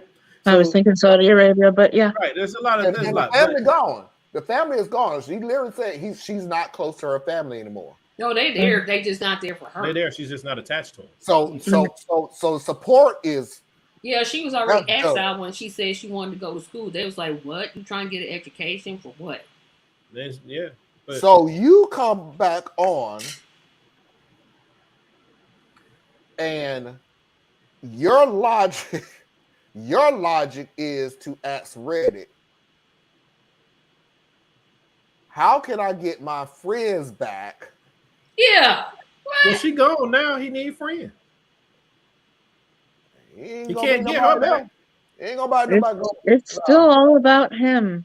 Yeah, Yep, that's he's what making the himself star the of the center of the show. focus. Now, Yeah. this is me. This is me intentionally sounding like an asshole, but really, she dead. So it is all about him at this point. It ain't about her no more. Yeah. True. Yeah, but Life is for the living. But my problem though is he is a horrible person. yeah, Like, he's just horrible. he's terrible. He's that. Ladies and gentlemen, boys and girls, children of all ages, non-conforming individuals, at this time, September 18th, 2022, I am deeming this dude the biggest asshole I've ever had on this show. I don't. I think Nah, the biggest asshole was the one who abandoned his 10-year-old daughter. Yep. That was the worst one to me. Yeah, that was worse. That was. Because this is a woman that he knew had mental and emotional issues. He ain't gonna say when she got the house, you just sell to me. Right. No, Like shit. the dude with the 10-year-old was, to me, bar none, that's the worst one you've given us. This one was a situation where he should have just let her go, but he refused to even give her that dignity. But would you put that in the form of abuse, though? No, I put it in the form of selfishness. No, the 10-year-old that was abandoned, and that was abuse. Okay. Yeah, I never count abuse things because there's always going to be automatically horrific individuals and go to hell and fuck y'all. Well, but abuse comes in so many forms. Even though I don't say this current one is abuse, a case could be made that it is. You know what I'm saying? This is a person who was basically dependent upon you, and then you left them stranded. You know, jerked around with their emotions. So there's a case to be made that it's abusive. It's definitely abusive behavior. Like, if she had stayed with this person, what would have been her life like with this guy? She would have been abandoned. Terrible. She would have been abandoned. I'm telling you right now. Let's say they got married, had a house and everything. He would have made sure that any money that he had was his money. The fact that she was still in this country, her money would have been his money. Owed it to him. And yeah, it just would have been horrible. He's a selfish, bad person. And also, again, you would have left her because eventually, he would have got tired of her. Yep. Not that, Tracy. That dude wants a perfect situation, so she gets cancer. I can't stay with her. I can't handle that, dude. I got to go. It even got to be like that. She gets her PhD and becomes more Americanized. Yep. It's a wrap. And he loses it. It's a all it wrap. takes is her making more than he does. Yep. What's up, Parker? Hey, Parker. Hey. That's why I tell everybody, please hit that like button. Please do not forget to hit that like button, because the more likes that I get, the more that YouTube will tell everybody that I am live. It will tell everybody that this show is live. You just lecture, Parker. Don't take that lecture. Just make sure that you have liked and hit that subscribe and the bell, please. Make sure the bell is full. Grieve her death before you threw a pity. Yeah, he sure did. He threw that pity party quick. He was like, what? I mean, he did pivot fast. He did. Yeah, she did. What was me? She did, and they blamed me. I want my friends back. Even his grievance was about him. It's not like I'm not grieving too. Yeah. Everybody look at He's grieving because she didn't leave him more money. That's why he's grieving. Too. I'm sad. Look at me. I'm still sad. He's only grieving because she didn't leave him more money. He's grieving in the way that you would grieve for anybody that you knew had passed away. No, you grieving. He ain't even that much. He don't even have that much compassion. You grieving. This dude is grieving like somebody who died at work that you kind of knew. No, he ain't grieving that much. I think he could. He's grieving like the person that lost at Monopoly but didn't know how to play in the first place. Like, he doesn't even care. He's like, oh, well, I'm going to make this all about me. His emotional attachment is very, very thin. You know, he's grieving for what he lost, not who he lost. If he's grieving at all. That is an excellent statement. Yep. Foxy's videos of the week.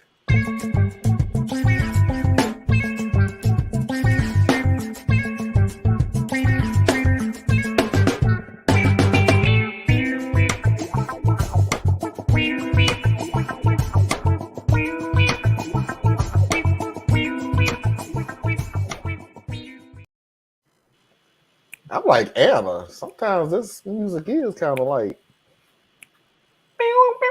But anyway, an argument on the part where they say the Democrats and the Republicans are the same thing. I don't think that there's anything that exemplifies the difference between Republicans and Democrats quite as well as what's happening in Martha's Vineyard right now. True. For those who aren't aware of what's going on, basically what happened is Florida Governor Ron DeSantis rounded up 2 plane loads worth of undocumented immigrants, told them they were flying to Boston where they would be provided with homes and jobs, and then dropped them on Martha's Vineyard without telling them that these migrants were coming. Ron DeSantis sent Florida government staffers to Texas to round up undocumented immigrants for a political stunt that he hoped would prove that Democratic areas don't want undocumented immigrants. Instead, the exact opposite of that happened, and the residents of Martha's Vineyard immediately sprung into action. They set up a shelter inside of an Episcopal church for all of the migrants, including 7 families. And local AP Spanish students were let out of high school to help serve as translators for the migrants. So to recap, Ron DeSantis' office rounded up a few dozen undocumented immigrants from Texas, claimed that they were going to give them housing and jobs, and then dropped them on an unsuspecting community. And when the news started to break that this was happening, this was the response from one of DeSantis' gubernatorial campaign spokeswomen. Absolutely no empathy, just mindless cruelty and red meat for the base. I'll say it one more time for the people in the back. Republican governor basically commits human trafficking for a political stunt. Democratic community immediately jumps into action to help his victims.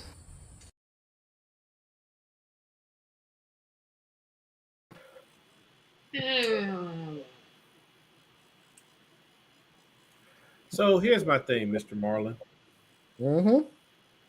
I don't like that video for this particular reason. It's not as sickening as what was done, because what was done is there's really no good parallel for that. But it was naked partisanship. Like, look how bad the Republicans were. Look how good the Democrats were. No. That's not a good way to frame this. Look how bad DeSantis was for a political stunt and the crimes that were committed against these people. And look how decent these people over here were in response. Because wait a little while and the Democrats would do something sick too, okay? Yeah. And they have their own track record. I just hate when they take everything and make it a political opportunity. I know, you never let a crisis go to waste type of thing. Yeah. It's so annoying because Martha's Vineyard, yes, they responded well. And actually they have a pretty decent history of being okay towards people. But that's one of the wealthiest places in New England. They are king and queen of NIMBYism, aka not in my backyard. Okay? So it's not like they're bringing a bunch of poor people in and taking care of a bunch of poor people all over Massachusetts, okay? They have their community. This was a stunt that was perpetrated on these poor people, and they rose to the challenge and they did something good. And I think they should get all the credit for doing something good, right? But it was 30 people. What happens when it's 1,000? Right. Okay. So it's like, it's the political piece of it that annoys me, because the other part that I was listening to, I don't know what expose on this, but it's so much deeper than what we keep hearing about. Like, these people walked across 7 countries to get here. Yep. Then they get rounded up and told that they have to make sure that they appear in front of the immigration justice on whatever date. Like, it's like a week away from when they were supposed to do it. But their immigration appearances were going to be in like Texas, Arizona, Georgia, Florida, and then they bus these people to Massachusetts. So there's no way for them to get back to wherever this magical place is because they're not from here. Nope. So you not only have used them as human refuse in a way, you just threw them away, but then you set it up in such a way that even if they got somewhere, they would immediately be in violation of the law. Like, that's how deep and sick this is. But instead, it was framed as Democrats are better than Republicans. We're playing with human lives. This is the deal. Honestly, I showed this video not to show Democrats and Republicans. Not you. That's what the video was. Yeah, no. Right. I know that. I agree with everything you said. Democrats and Republicans, no, whatever. There are still decent, well-deserved human beings still in this country. Look at those high school kids. The kids are going to be all right. Did they check? I don't know, because these young liberals grow up to be old conservatives. But did they really? I don't know. Maybe they did. But did they check everybody's registration to see if they're all registered as Democrats? Are we to believe that there were that was my question. Republicans that's what in the town that stood up and tried to be nice because they're nice people? Like, stop making Republicans devils and Democrats angels. I'm like, both folks got a lot of problems. Now, right now, the MAGA crew is a whole different thing. That's the Klan. That's all that stuff happening all over again. But all Republicans aren't evil just because they're Republicans. Some of them are swept up in this thing that got hijacked by these crazy people. So it's like, and that was my point. Is that's my neighbors. That thank you, Adam. Point. Period. We're done.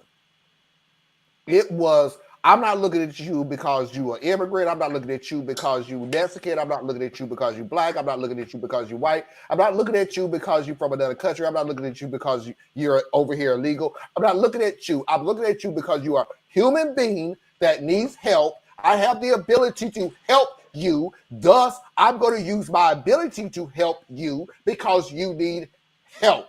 I'm not going to ask you first and foremost, are you Christian? I'm not going to ask first and foremost, can I see your papers? I'm not going to first and foremost ask you, do you speak English? I see somebody that's in a dire strait, and I have the ability to help. And that's what I'm going to do. I am going to help you. DeSantis, Trump, and all those people, and I've said this many times, and Abbott, many times over and over and over again. They don't give a fuck about human beings. Period. Point blank. In a discussion, they don't care. We went through the pandemic. They don't care if you live or die. They just don't. If you're not on their level, they don't care. They don't. They don't care. They have proven to you time and time and time again. And you just sit there thinking, I'm the special one. I'm broke as fuck, but I'm the special. No, they don't care about you either. Why? Because your only ability at a certain point, at a certain time, is November, 6th? It's the 8th this year. November 6th. November 8th. She just told you it's November the 8th. November 8th. It doesn't matter. He don't listen to me. We got your back, sis. We with you, got Tracy. pretty hell. Now, can I move on? But they wrong. Not that you're messing with this and saying, and I can't believe I'm saying this out loud, but I agree with this. Like he's making it seem like the Democrats are better than the Republicans. Like, what do you do? Take a survey? Everything he said was trash. Yeah, everything. Wait a minute. Like, is now, Republican that has no? There's a case we made. They are better than the Republicans in this cycle. In this cycle, but trust me, they did not call Obama the I forget what they called where he was sending them the something in chief where he would just send people back to their countries. I forget what that term is called, but I'll get it. But how does he know that there's no Republican in that whole town that doesn't care about people? Like, you know that? Did you go do a survey? Did you talk to people? How is, like, this whole thing is messed up, and it's exploiting people that don't need to be exploited, and that's what's making it so bad. We have messed up these countries so bad, and then the Republicans, now I'm going to make the Democrats are better than Republicans argument. We've messed up as a government, both Democrats and Republicans. We've messed up Venezuela, Mexico, Honduras. We've messed up all of those countries and Haiti. And then we're like, well, let's build a wall so they can't come. How about this? Make those countries better so that you don't have people coming. I don't know. Maybe that's just me. I mean, come on. Deporter-in-chief. Thank you. That's what his nickname was. Like, nobody's missing. I'm like, look, are Republicans terrible? Yes. But Biden is still continuing some of Trump's immigration policies now. Not way back 2 weeks ago. Right now. Same policies, same thing. So somebody gonna have to tell me how they did, because I'm like, I ain't seen it. I'm just not seeing it. Wait a minute. Well, Parker said that. The Democrats talk a lot of crap about everything that the Republicans do and how bad they are and all the policies that they make. And then they get into power, and every policy that you talk crap about is still fucking there. Because it's not politically advantageous. Yes, but it's like they want us to ignore it. It's like they want us to say, well, it's okay that the Democrats are doing it. But it's like terrible when the Republicans do, but y'all doing the same thing. It's like it's not that they're doing the same thing. It's not like they're doing exactly the same thing. It's that they talk crap. They're doing the exact same thing. Republicans do, and then turn around and you have the power to change it. And you I'm gonna challenge y'all. Right? Because like we all agree that it's jacked up, right? Yeah. But what would be the alternative to deporting people? Letting them stay. Where? I mean, this country is a stolen land. We stole it from the Native Americans. Then we stole parts of Texas, California, Arizona, New Mexico from Mexico. That argument doesn't hold. This, I'm gonna push back on you. I didn't even say anything. I asked a question. No, I'm okay, sorry. I'm gonna ask you a question. I'm gonna answer your question then. And it's gonna sound flippant. I'm not trying to be flippant. Yeah, I'm gonna pretend that somebody else was asking me the question. Okay. Where we gonna put them? Figure it the fuck out. Yeah, we're the one made it so bad that they couldn't stay in the country where they live. Let me finish. You don't figure out so much bullshit in this country. We have more billionaires in this country alone than any other. We're talking about damn people who have sitting on freaking oil. And you're going to tell me where we're going to put it. You put more emphasis in trying to figure out how to drive a driverless car. Figure it out. You figured every freaking other thing out. You're trying to launch a penis in space to be the first man-made dog. It was lower Earth orbit. No, figure it out, because my deal is if he got the penis just above the ball. Oh my gosh! It was like somewhat between the two balls, but one ball's a little smaller than the other one. They probably need to get that checked out.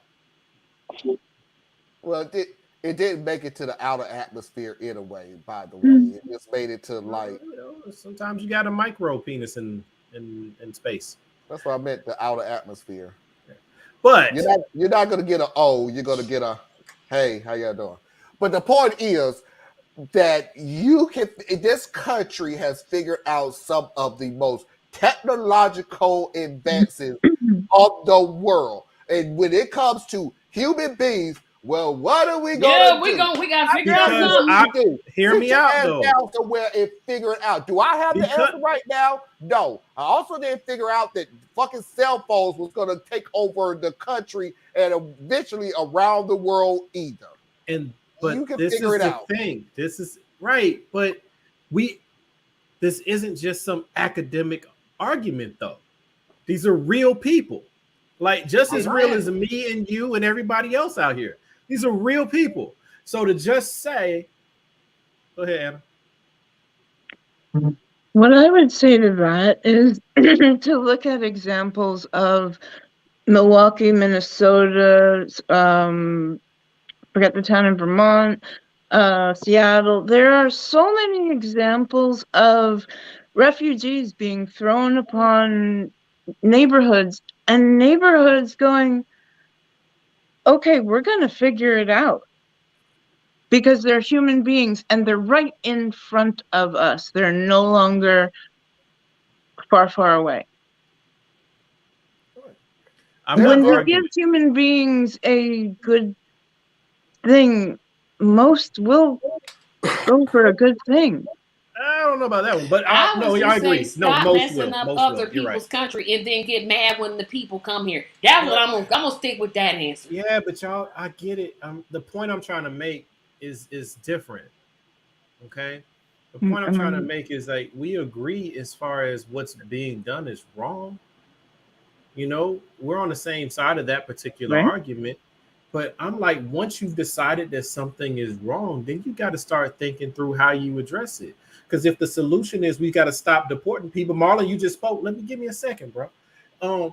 If the problem is like if we said that the solution is stop deporting people, because that's where I was kind of pushing at.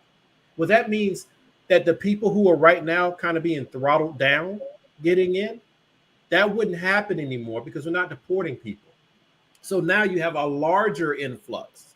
Okay. Now we're not talking 30 people. We're not talking 100 people. We're not even talking 1,000 people. We're talking like tens of thousands of people because we've jacked up Central America so bad that it's beyond a simple remedy. Right. So these people are going to be coming. Okay. You have to have a way to help them get somewhere in order to do this. So now we got to arrange buses. We got to arrange housing. We got to arrange all these things that we won't even do for our own citizens. So now we got to look at Congress. Congress is going to have to get involved. State legislators are going to have to get involved. These are the same people who won't give you your voting rights, who just took away your human rights. So that's where I was pushing you towards is, yes, we should be more, we should do better. Now what? But that just saying we should do better is not a plan. No, that's I don't think any of us are saying that. I think, but that's where I was trying to move from beyond just saying, well, we should stop deporting people. Okay, now what? Where are we gonna put them?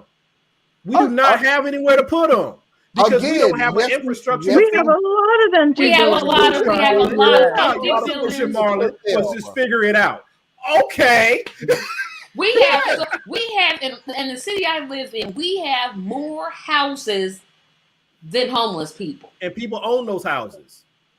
Yeah. And I say if you ain't, I'd say that you, laws, yes, and we've been trying to get that for years to say if they not taking care of their house, if they not gonna live, you forfeit the ownership and you give it to a homeless person. So then perhaps a solution working with that, Tracy, would be the states and the local municipalities, right? They go and they pass a law that says you have to get these properties up to code. If you don't, they become the property of the local area. Then we convert them into transitional housing for immigrants, homeless people, those who are battling addiction, all of the things that I believe in and we all believe in. But we got to do that part. So I'm not criticizing what you guys are feeling. I was just trying to lead the discussion a slightly different way. I'm sorry. No, it was the only, like I said, the only thing that I was still sticking on is when it comes to certain inalienable rights or whatever they put in that little piece of paper that nobody reads. Ain't nobody got no rights. Yeah. That Yeah, you did spell it right this time. Hi, diggity. Hey, Italian. All right, now. Only took you a whole year, but all right. Hey. Wow. Hey, now.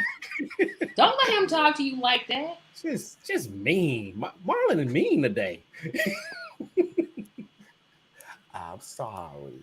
He don't My point is, I understand on a lot of situations where we sit there and say, even on this show, we always sit there and go, stop being mad, stop being upset, and actually do something about it. Now, what are you going to do with everything else?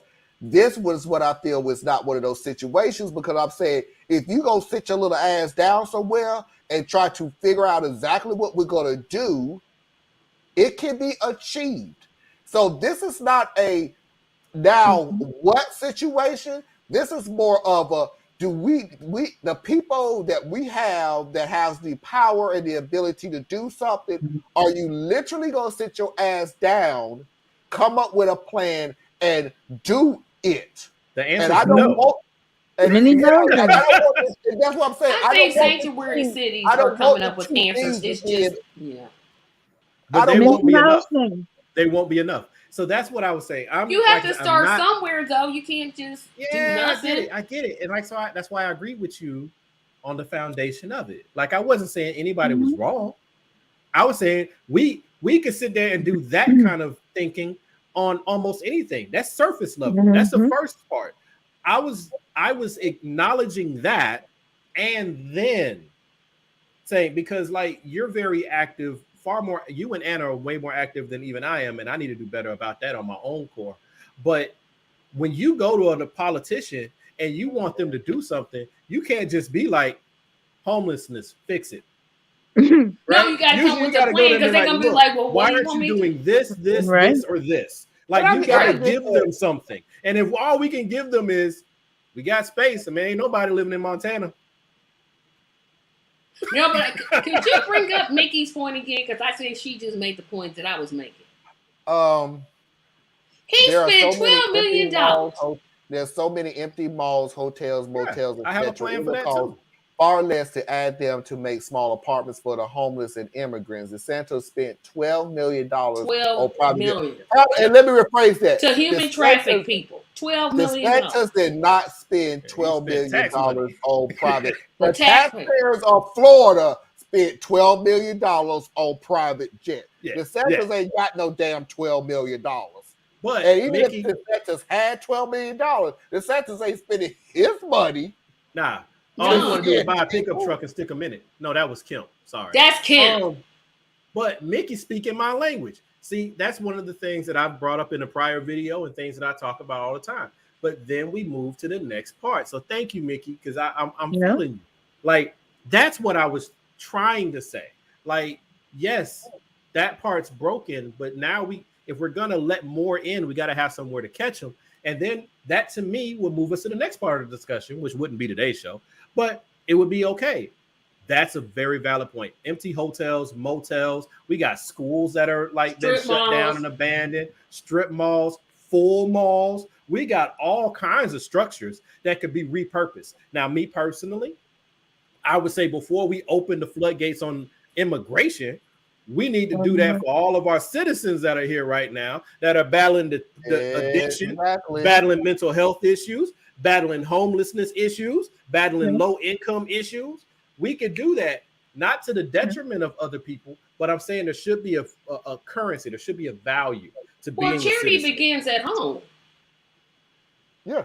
Right. Charity literally begins at home. But I'm saying, the deal is we need to have so much space that we can start going to these politicians and going, okay, now we can deal with your so-called immigration issues. But we don't even take care of veterans. Right. And I don't want to fall into one of those traps that I think that I sometimes fall into, and I know the larger community falls into, like just Americans, where it would be like, well, we can't do this because what about veterans? Right. Because I can feel myself falling into that trap. We can do all of them at the same time if we felt like it. We could do something. We can do multiple things at the same time, but not to the same degree. So like you would hold the immigration policy more or less static. You can't just let everybody in. Okay. You have to do something to maintain the sanctity of your borders. Whatever the historical issues are, they're the borders, right? But then you have to be intentional and diligent about putting a social safety net in place for your citizens, right? Because once you have that solid, guess what you can do?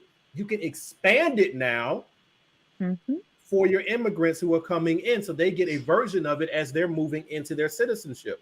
First, get the thing we can all kind of agree on. Like most of us, even the whack jobs would be like, we don't want old people dying in old folks' homes, right? So let's work on that. Find a way to, like Tracy, universal health care, amazing initiative. I have my certain qualms with it, but that's because I'm cynical.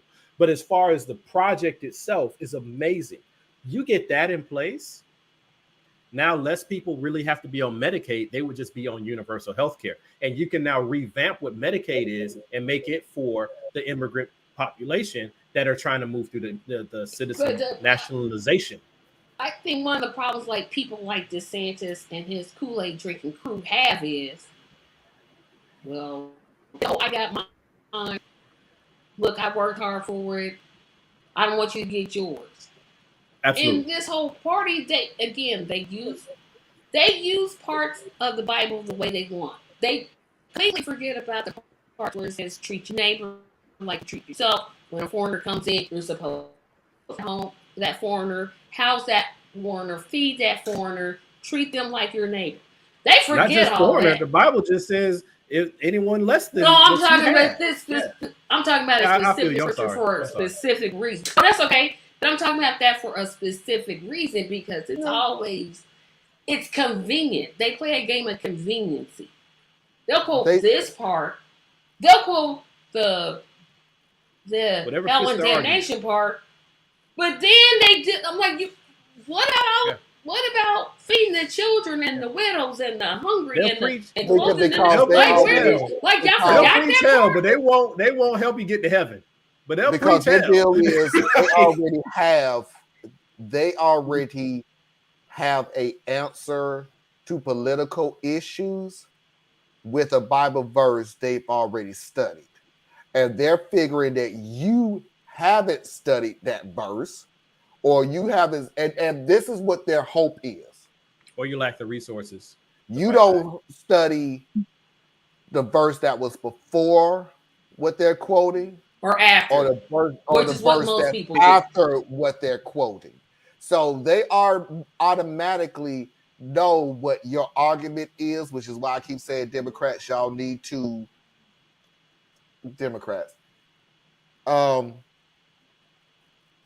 human beings need to change the argument and stop using facts because these people will ignore facts. That's not their deal. They don't care about facts. They care about, slogans and sloganeering and all this other stuff. Looking at you, Obama. And that was Jim Clyburn. He was the one who said don't sloganeer and then said a slogan right after he said don't sloganeer. But Who do you think Obama learned from? Yeah. So anyway, we got to move on. Thank you, Marlon, for letting us have a serious discussion on the political implications and ramifications of American immigration policy and how it overlaps into the greatest society. Because I say let them all in. I'm like, I'm tired of this. We done messed up some countries. Then got nerves saying, I don't, because the way America is, we let them all in and then we'll watch them starve. Next Saturday, we're going to talk about is it wrong to be in trip. Next Saturday, we'll be looking at is it wrong to be in love with a goat.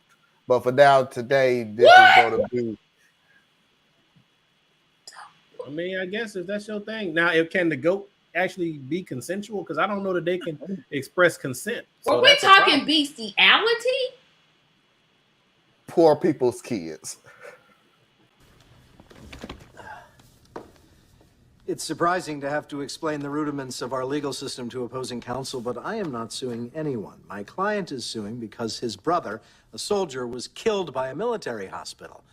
By the way, there are no pools being heated here. I don't have one. And as for my client, he should be so lucky to have a house, let alone a pool, although I'm sure he'd prefer to have his brother. Private Richard Canfield was in the Fort Wayne Military Hospital getting basic follow-up treatment for wounds sustained in Iraq, wounds he was healing from nicely. He began to have trouble breathing due to an adverse reaction to medicine he was mistakenly given. The doctor then inserted a breathing tube incorrectly and proceeded to pump air into his stomach. By the time they figured out their mistake, 15 minutes later, Private Canfield had severe brain damage. 3 days later, he died. None of this is in dispute. Had this same malpractice happened to me or you, our estates would receive million-dollar settlements. But because Private Canfield was a GI, not a nickel. Apparently, we can all live with that. This Ferris doctrine is as unfair as it is patently ludicrous. There is no danger of revealing military secrets. Discovery would only go to medical records. And frankly, I am mystified as to how this could possibly affect military discipline. Would the troops suddenly stop saluting or begin marching in crooked lines? And as for the supposed burden on the government, you've got to be kidding me. What about Private Canfield's horrific ordeal? Not to mention the obvious fact that while our government will undoubtedly survive, Private Canfield did not. I would say to you, Your Honor, these are our kids who are dying. But it's not really our kids, is it? Not for the most part. It's the poor people's kids. And the dirty little secret, some might say windfall, of our record poverty and disparity of wealth is that we've got plenty of poor people with kids to fight our wars. I'm sorry, but I'm offended by that. Are you? Really? How about a Republican presidential candidate who opposes educational benefits for GIs so as not to encourage troops to leave the military? Keep their options limited. Does that offend you?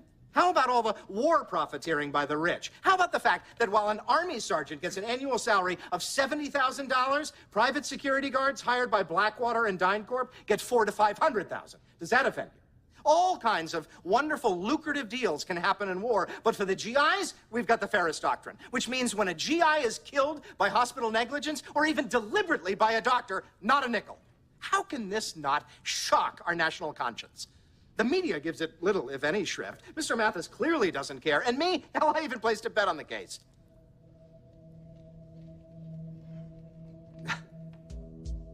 How can it be that we don't much care? Maybe because it's not our kids who are dying. It's the poor people's.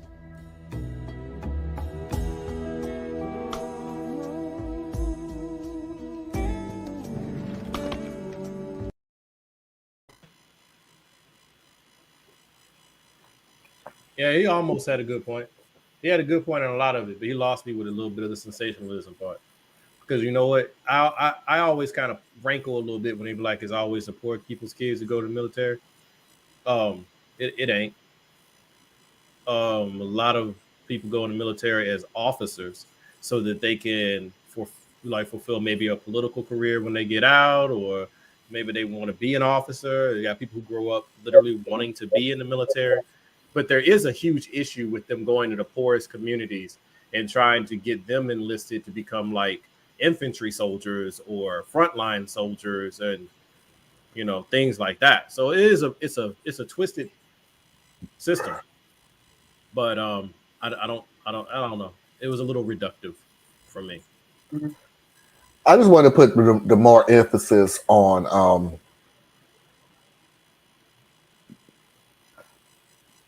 and I agree with what you're saying, Theus, is not all of them are poor.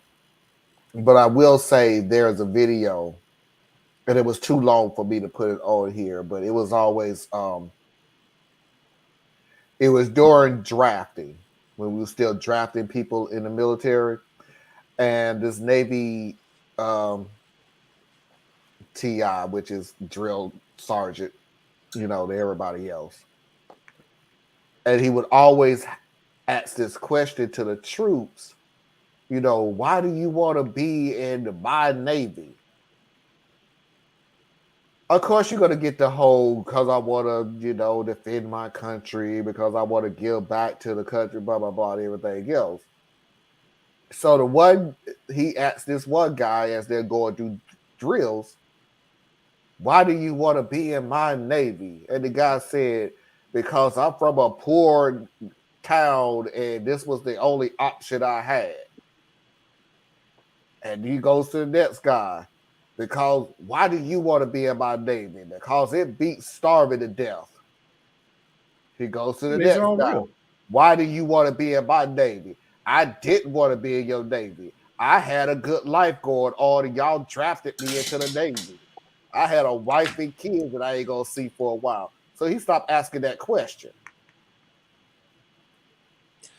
I agree. Like I said, I was just saying it's reductive, right? And I get what they were going for, because they were going for the impact of the statement, because it is true that one of the reasons that you're called a GI is because you're treated as government issue. You are property of the U.S. government. Like, you can't like wake up on Tuesday and be like, I quit. No. No. You're going to serve these 4 years. You can either serve it out here or you can serve it in the brig, but you're going to serve these 4 years. But yeah, that's my only point. But it is true that no matter where you enter into this system, if your position is not valued, you are not valued. So the fact of the matter is, if you join the military to support your family back home,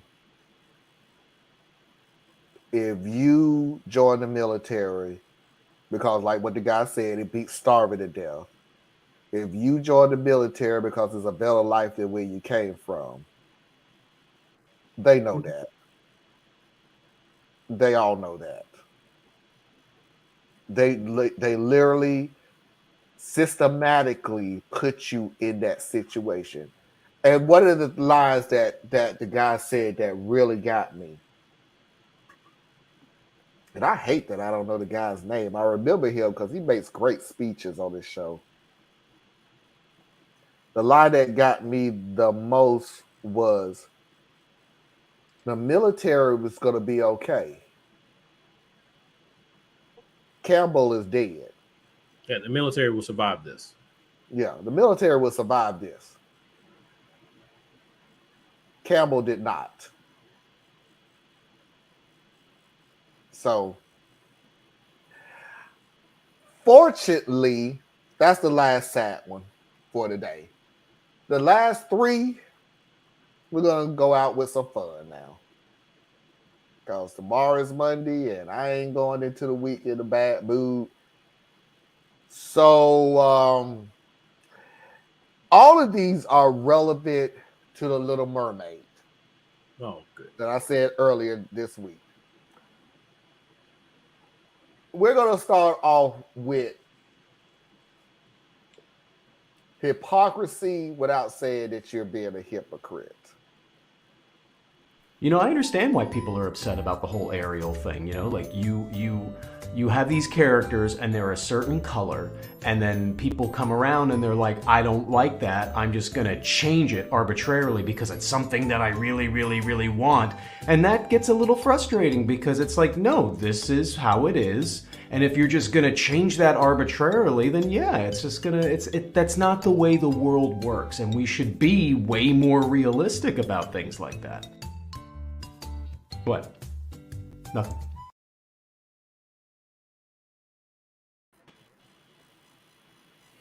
Oh boy. Mm-mm.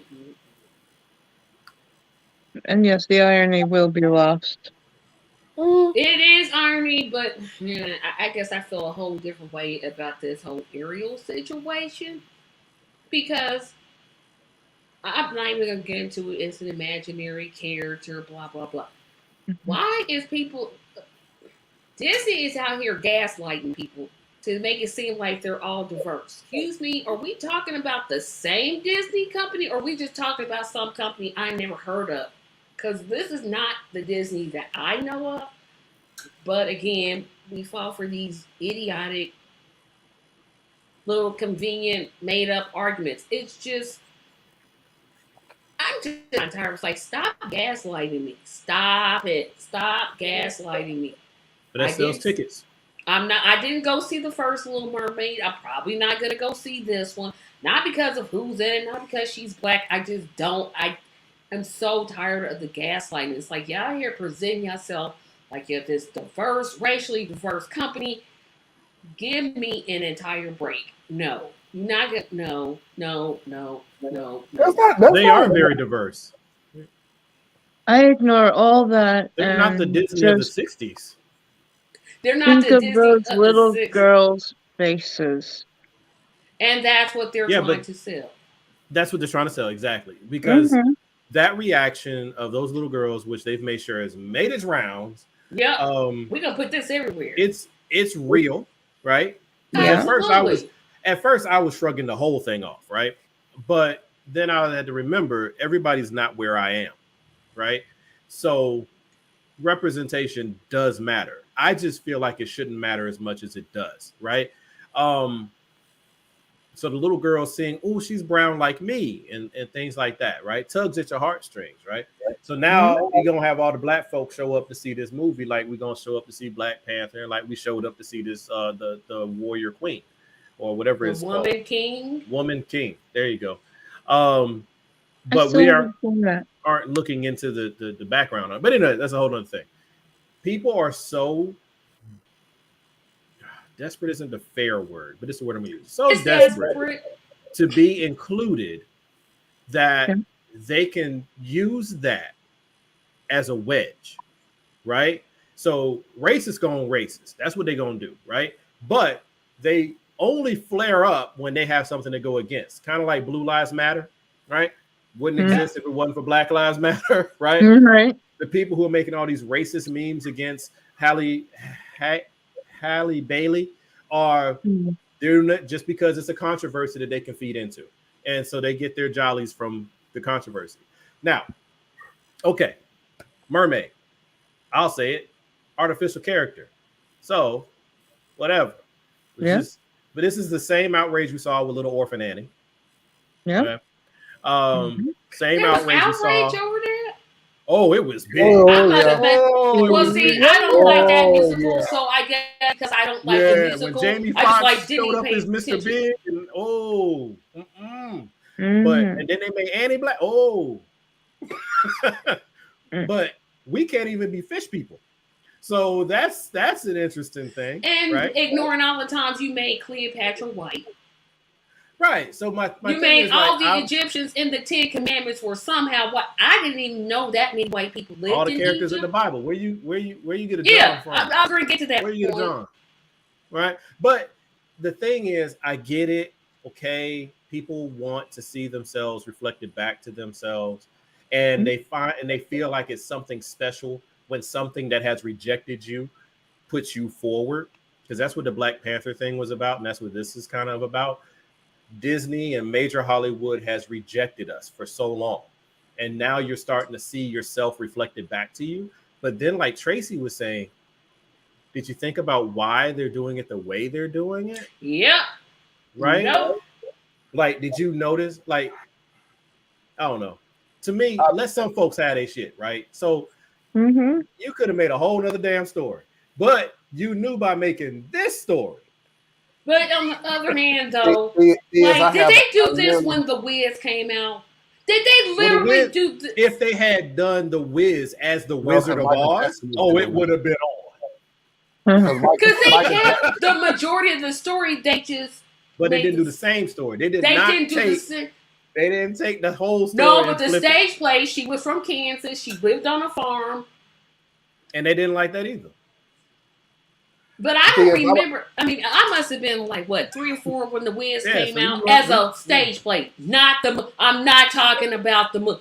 I'm not talking about the movie. But they didn't like that either. But I'm like, y'all didn't do this when The Wiz came out. Y'all literally did. Look, you.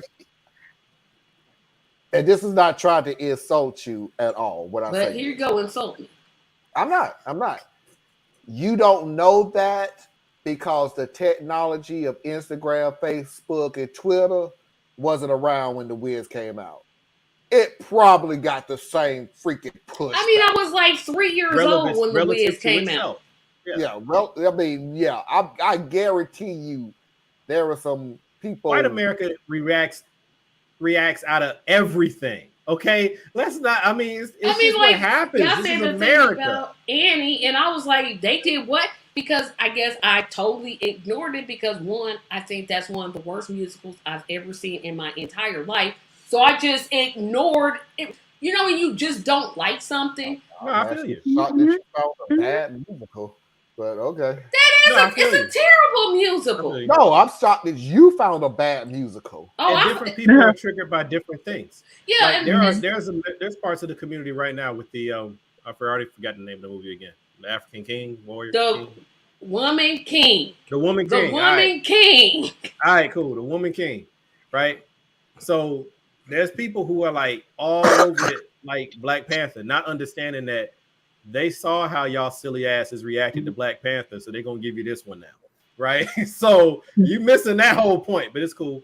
But it's telling a story, and I hear it's a pretty well told story. So go enjoy it. Go check it out. Go support the Black cast and the Black director and all those wonderful things. Go do that. But the thing about it though is like I read one thing and they're like, well, I am so proud as a Black person.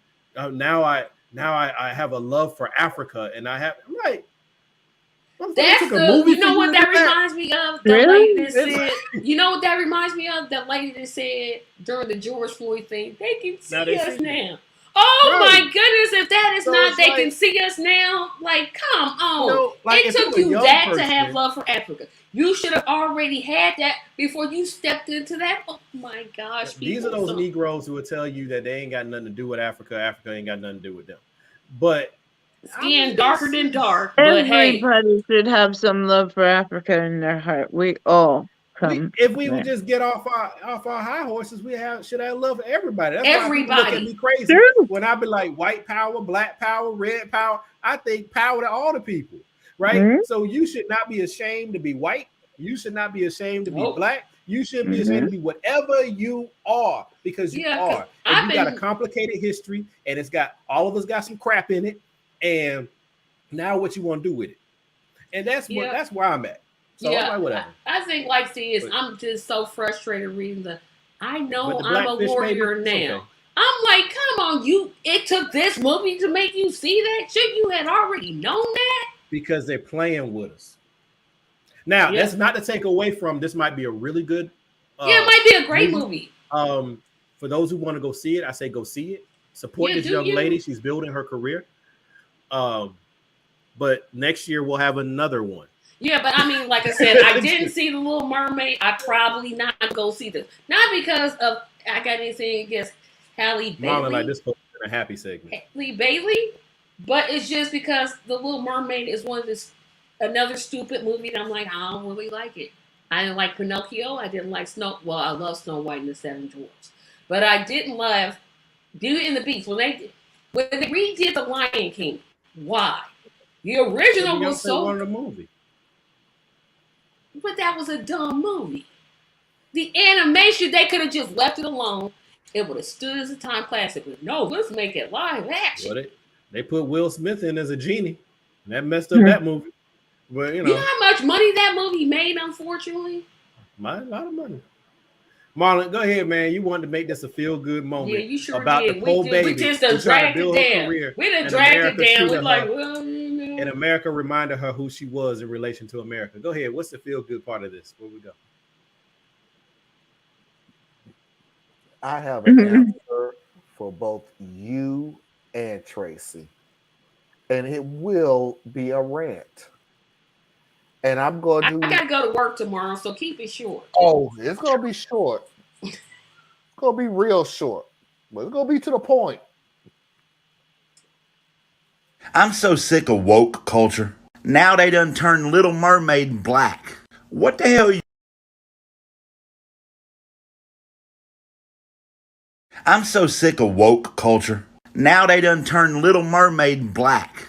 What the hell you gain out of making Little Mermaid black? I think she's brown.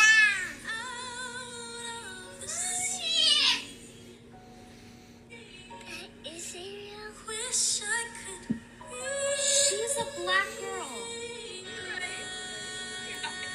She's black! She's black! Yes! She's black! Mama, she's black! What?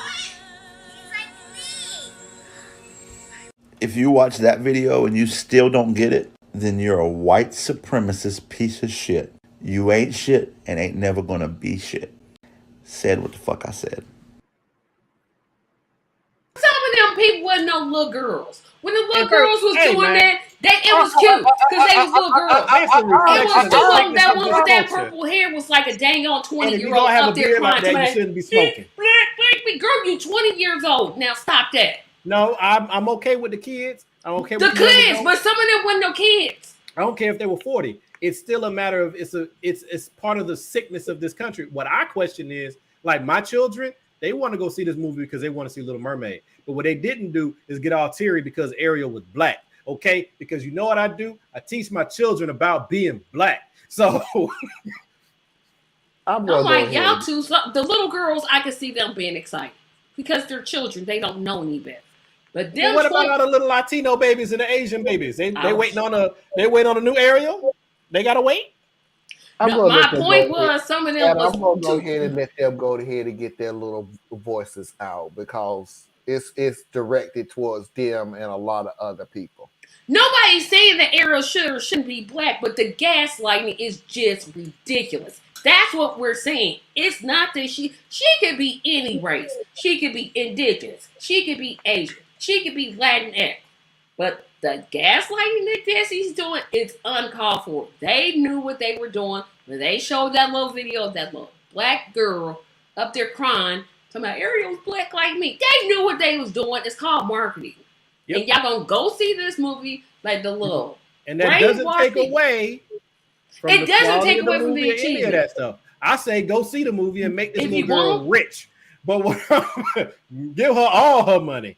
But how many of the writers were black and the staff were black? Were the cameramen black? Was the costumer black? Come on. Yeah, you put a black face on the screen, but what about behind the cameras? Well, I can answer that because the director and the writer are black, but it's still, it's cool. I think I made my particular point. I'm good. Marlon's gonna now sit here and say something crazy. So you'll be mad at us for saying our opinions, and it's an opinion show.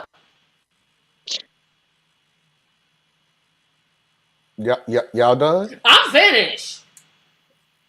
Theus, you're done? Okay.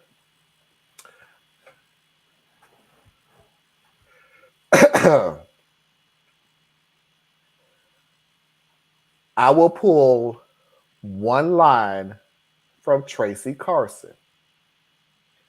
For all you grown people, go sit your fucking ass down. Now, I this ain't even for you. I agree. You're literally looking at little girls and trying to throw every, oh my God, the social, they trying to make money off the. Those little girls don't give a fuck. It's but the parents Little Mermaid that looks like them, that they have the ability. And Disney is hoping that you say that and take your granddaughters to see it. And I'm sorry. I want you to sit your 3 or 4 year black child down and explain to them that Disney tried to make money off of you. Well, first of all, I don't have children. So not even the point that was being made, Marlon. You making disingenuous arguments, my brother. Let me sit here and show you the whole book of everything that has ever been wrong with you. They don't care. But Disney doesn't either. That's what we're saying. It's gaslighting. You grown as adults who have. But who's paying for those movie tickets? Who's buying the movie tickets, Marlon? It's not those little girls. You better buy them. You better buy them. I better what? Better? Wait a minute, I ain't nobody's mother. I better not do nothing. I do what I want to do. Or sit your child down and explain everything you just said on this show.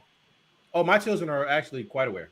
I have a niece. I try to educate her as much as I can. They're going to still go see the movie. The point is, and they're going to go see the Every movie. pushback that I've heard on this show have been from grown ass people who've been here for 3 What, or you got 4. 5-year-olds on the panel now? You want 5-year-olds? I lost the 6-year-old. Where's the 6-year-old, Tracy? I'm on Facebook. I hear this all the time. Y'all You not better not the have no 6-year-olds on your Facebook channel. Yeah, because you got to be 13. You had to be a minimum of 13 years old to be on Facebook. But my point, yeah, right. My point is, I'm just saying. And Anna done left. She done got mad. She just said, Anna done left us.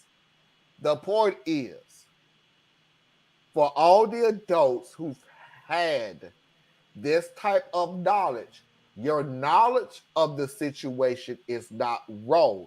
It's absolutely on point. Yeah, you just want to pretend like that's not happening so they can enjoy the show. I get you. But this is not about this at this time. When is it not?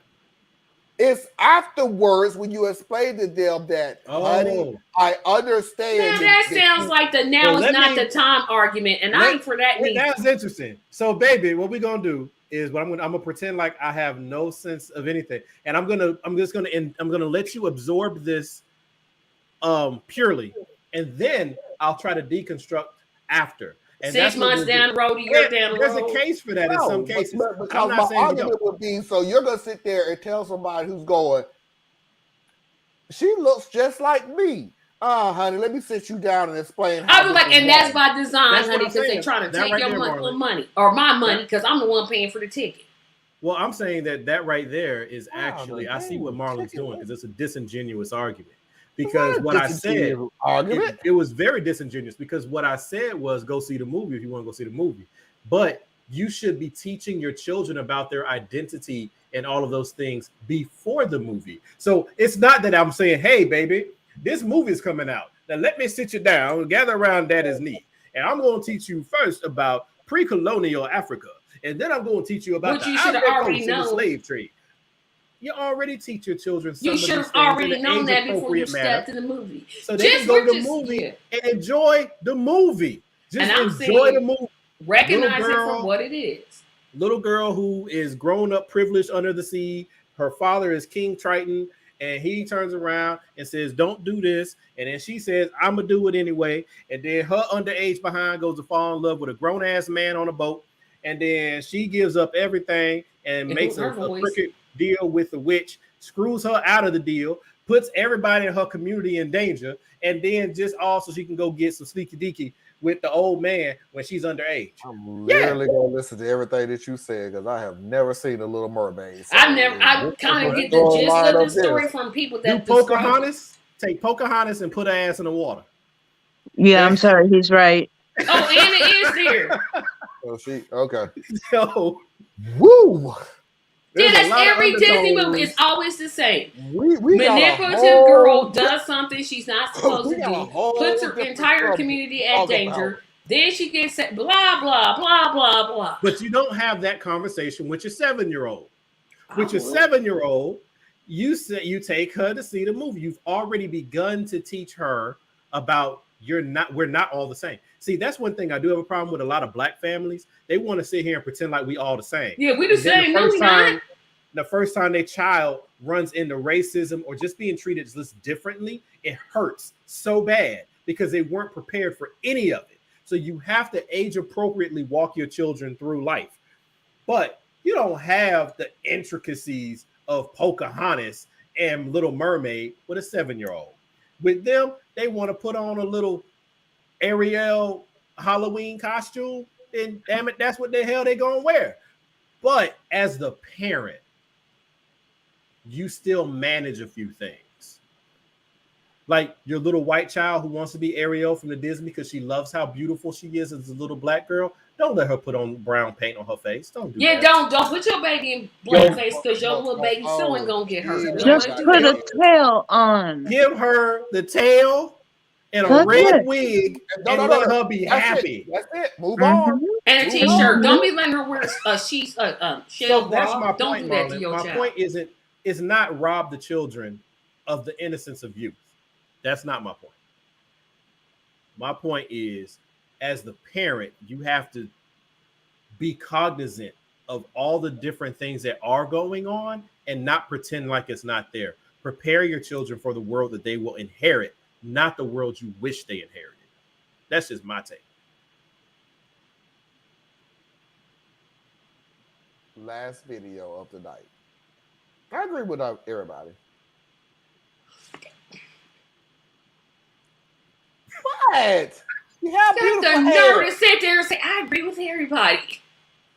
No, my whole point was I don't want grown-ass people who have gone through these situations, who knows the history, who has the knowledge to sit there and tell their kids, now let me, like Thea said, let me sit you down and try to explain to you should have been the doing history that. of Disney and the United States and Africa and everything like this. It's like, you want to mess your kid up? Tell them the real story of the Little Mermaid. She dies at the end. Yeah. Yeah, let's not do that either. One last funny thing at the end. Thank you, Anna. Oh, that's good. Jeez. I mean, she's telling the truth. Most of these movies are dark, and they Yeah, got a lot of what the stuff from the funny thing Brothers about Grimm, it and is- they were dark. What was it? Grimm's fairy Grimm tale? Tales. This is Hans Christian Andersen. Oh, and Hans Christian Andersen. And yeah, these were dark. Because they And were Disney is the company that steals from them. Disney is the company that steals from my last one. This is the company that steals from themselves because basically Lion King, Black Panther, same plot. Almost exactly the same plot. Speaking of that, Tracy, that's a good segue. That's a good point. Okay, so the commenter asked what would happen if they made Black Panther white.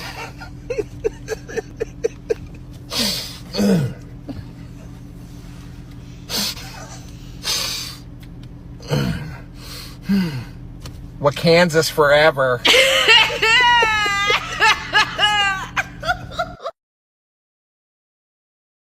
If they made Black Panther white, you mean like Batman? Yeah. No. Oh no, they didn't. That's hilarious. But you know, I was at a restaurant once, and this family was sitting like behind us, and they were all white, and you know they had an accent, and they said to the waitress, "You know, I'm African American too. I'm from South Africa," and I'm like, "Well, they ain't lying." If you just go by a geographical thing and you ignore the ethnicity and cultural aspect of it, and yeah. Well, we had when I was younger, everybody knows I'm into pro wrestling. You were younger? I know. I'm just still came out now. like that. Oh. I'm still now. And there was a wrestler, Colonel De Beers. That was his character. He was Colonel De Beers. And he was always from South Africa. And as a young kid, I looked at him and went, wait, what? Because he was a white dude. I was like, and now that I grew up, it was like, that was the logic was, if you're from South Africa, You're African, basically. If you're from Africa, but this is when you're you're black. not taught about colonialism. Nope, never crossed my Sure did, mind. of course So it when I would. looked at this dude, I'm thinking, wait, what? He from where? How? And everything like that. It was like, it just, I mean, I'm not gonna do the whoosh thing. I was a kid. Come on. No, I feel you, but it's kind of like that's the problem when people don't, and it's not about you, but I'm just saying, like, part of your argument you were saying about Little Mermaid kind of translates into the wrestling thing, translates into a lot of things. But wouldn't it be nice if our parents did, in an age-appropriate way, help us understand that what you're taking in, don't just take it in, right? There's aspects to this that maybe you're not ready for the whole understanding right now, but you need to know this is not exactly right. You know what I'm saying? That's what I do with my children, even with, they go to Sunday school every Sunday. Every Sunday they're in Sunday school. I make sure that they're there because my parents really like it, and my dad's like over Sunday school and all that stuff. And a lot of the great things I learned in life, I learned from growing up in the church. I learned a lot of bad things too, but I learned a lot of great things. And then I talk to them, and I challenge certain beliefs and certain things that they're taught. Just saying, hey, think this through. What does this mean to you? What did you take from this? Things like that. That's what I think a parent is supposed to do, so that a child is able to grow up questioning, being inquisitive, finding things, pushing back. I encourage my children to push back against me on stuff too. I'll say something deliberately wrong just to have them push back, right? So I'm just saying, in an age-appropriate way, we should not just take things in. I just don't think that's healthy. And if you ever spoke of anything, those are my daughters, and it's me. I'll take full responsibility of it. But I literally have told them as they was growing up, if you don't have questions after hearing information, then question why. Yeah. And I've always told them, if you do not have questions after hearing information, question to yourself why. Oh my good God, I done opened up a floodgate. Because I done had about 50 million freaking questions now. And now their powers get to be better than ours. And my granddaughter got 50 million questions about, and I can't sit there and say, I never wanted to be this parent. I had a video of it. I don't want to show it because that was a bad parent. That was really stupid. But the whole point of it was the kid called 911 because he had a math problem that he couldn't figure out. And it was supposed to be cute and everything else.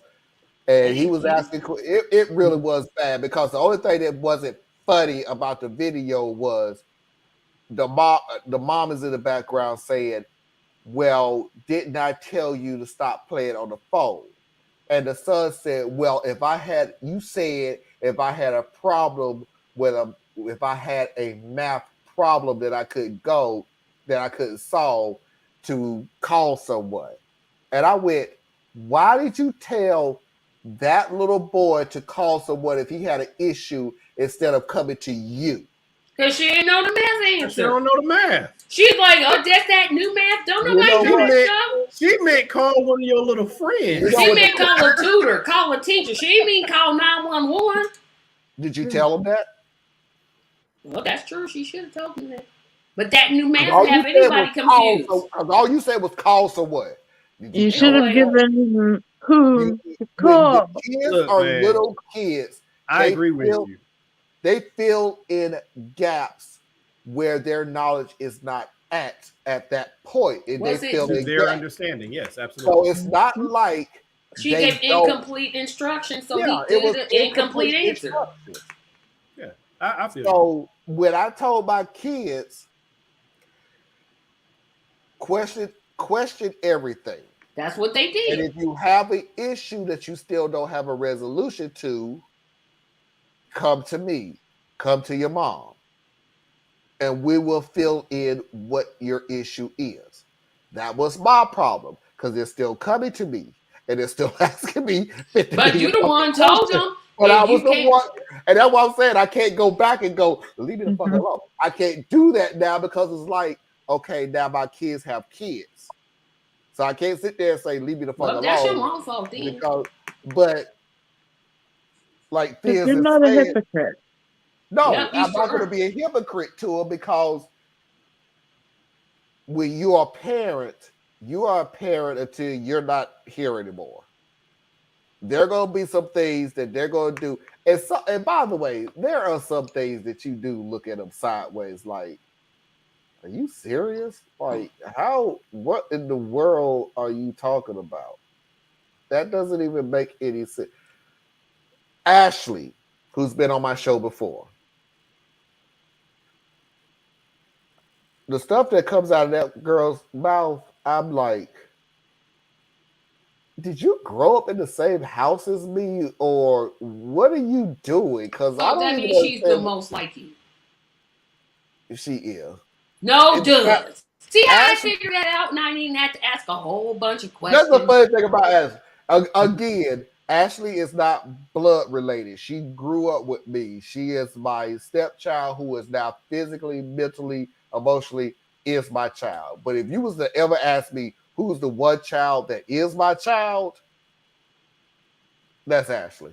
Ashley puts. Wait a minute, you was married before? Sorry to all the other siblings. Yeah. Marlon did not say that the best possible way. No, show didn't. That's not what he meant. I can tell you off the bat. The boys are independent. That is their own personality. Chris is Foxy. Period. Point blank in the discussion. Chris and Foxy and Chris, you could tell them apart if you hold a conversation with them. But Ashley is me on every aspect. Not for you, because that's my Maya. She is personality wise, all that she's like a little me, a better me, because her powers have already started to develop and she's starting to pass me. So I'm having to try to struggle to keep up with her a little bit now. I'm like, oh, I didn't create a monster. But my eldest is similar too, because she'll run circles on me sometimes too. I just don't want to let her know. And Tracy, you are absolutely correct with what you said. What? Because Ashley acts just like me, and I sit there and go, I didn't know how freaking irritating my damn ass was until I actually hold a conversation. And that's the with other myself. reason I don't have children. I don't want to see never knew another how me. irritated I was until I hold a conversation with myself. If I was around somebody like me, that would annoy me. It's you, but not you. Exactly. That's why you heard me say. Yeah, but if you see it in yourself, and you're like, I was that. Oh, nah, go Maya away. is my improvement. She is her own creature. She's me plus. You know what I'm saying? Yeah. Like she's all, Yeah, and all Ashley of them are. You know, so it's like it's cool. I call it the ghost in the machine too, because a lot of times it'll be an ancestor that never had any interaction with you or your children, but some part of their personality just kind of is in there somewhere, right? Like you acting like your granddaddy. Like DNA is memory. It holds the secrets to all of life. We only know so very, very little. Which gets into my don't worry about it. That's your nephew. Did you get my text where I said your nephew looked just like you? Oh. She showed a picture of her nephew. This is the part of the show where we just don't give a damn no more. We can get the hell up out of here. Anna sent a picture of her nephew, and I went, holy crap, that looks like Anna. Like down to a T, it looks like Anna. My brother and I were often mistook for twins. I didn't see it, but we're 4 years apart. Strong genes. Now you know. I am a part of my nephew's upbringing. Being an aunt is very important to me, and the connection with all my babies is priceless. And I did want to say, I was making the sign for happy because the smiles on your faces when you talk about your babies. Those are my babies. Yeah, they're my reason. Now you didn't say happy. The only one that you taught me was. So I can teach you some more. I know a couple. I have all these cards that I'm trying to learn. Sign language. Ladies and gentlemen, boys and girls, children of all ages, non-conforming individuals, that is our show for tonight because crap, I gotta pay bills tomorrow. Anna, tell everybody where they can find you. BoreliaEtc.com. Also, same Borelia etc. on YouTube, Instagram, sometimes on Facebook, but not really. Not lately.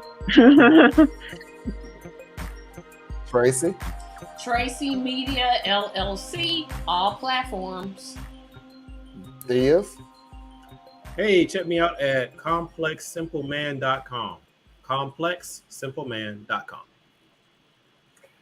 And you notice that I didn't pick on Theus today about him and his videos because we all know. Man, I ain't got nothing, man. You know, I come up with an idea, but I be like, man, I don't feel like sitting down and doing that. I think I'm gonna try out this doodly thing. I'm gonna try this doodly thing, and then that way I can just talk. I ain't gotta like be on the camera. I'm gonna see how that works out. I have no idea what he's talking about. I had no idea, but it's almost Monday. Instead of showing your face, you can show what you draw. Is that what you're saying? Yeah, it's like it's like they draw for you to illustrate the story. Cool. I don't know. I might try that. I don't know. Alrighty. Ladies and gentlemen, boys and girls, children of all ages, non-conforming individuals, that is our show tonight. Please do not forget to hit that like button on the way out the door. I appreciate everybody who was here tonight and who will see this video later. And until next time, we will see you when we see you. Peace.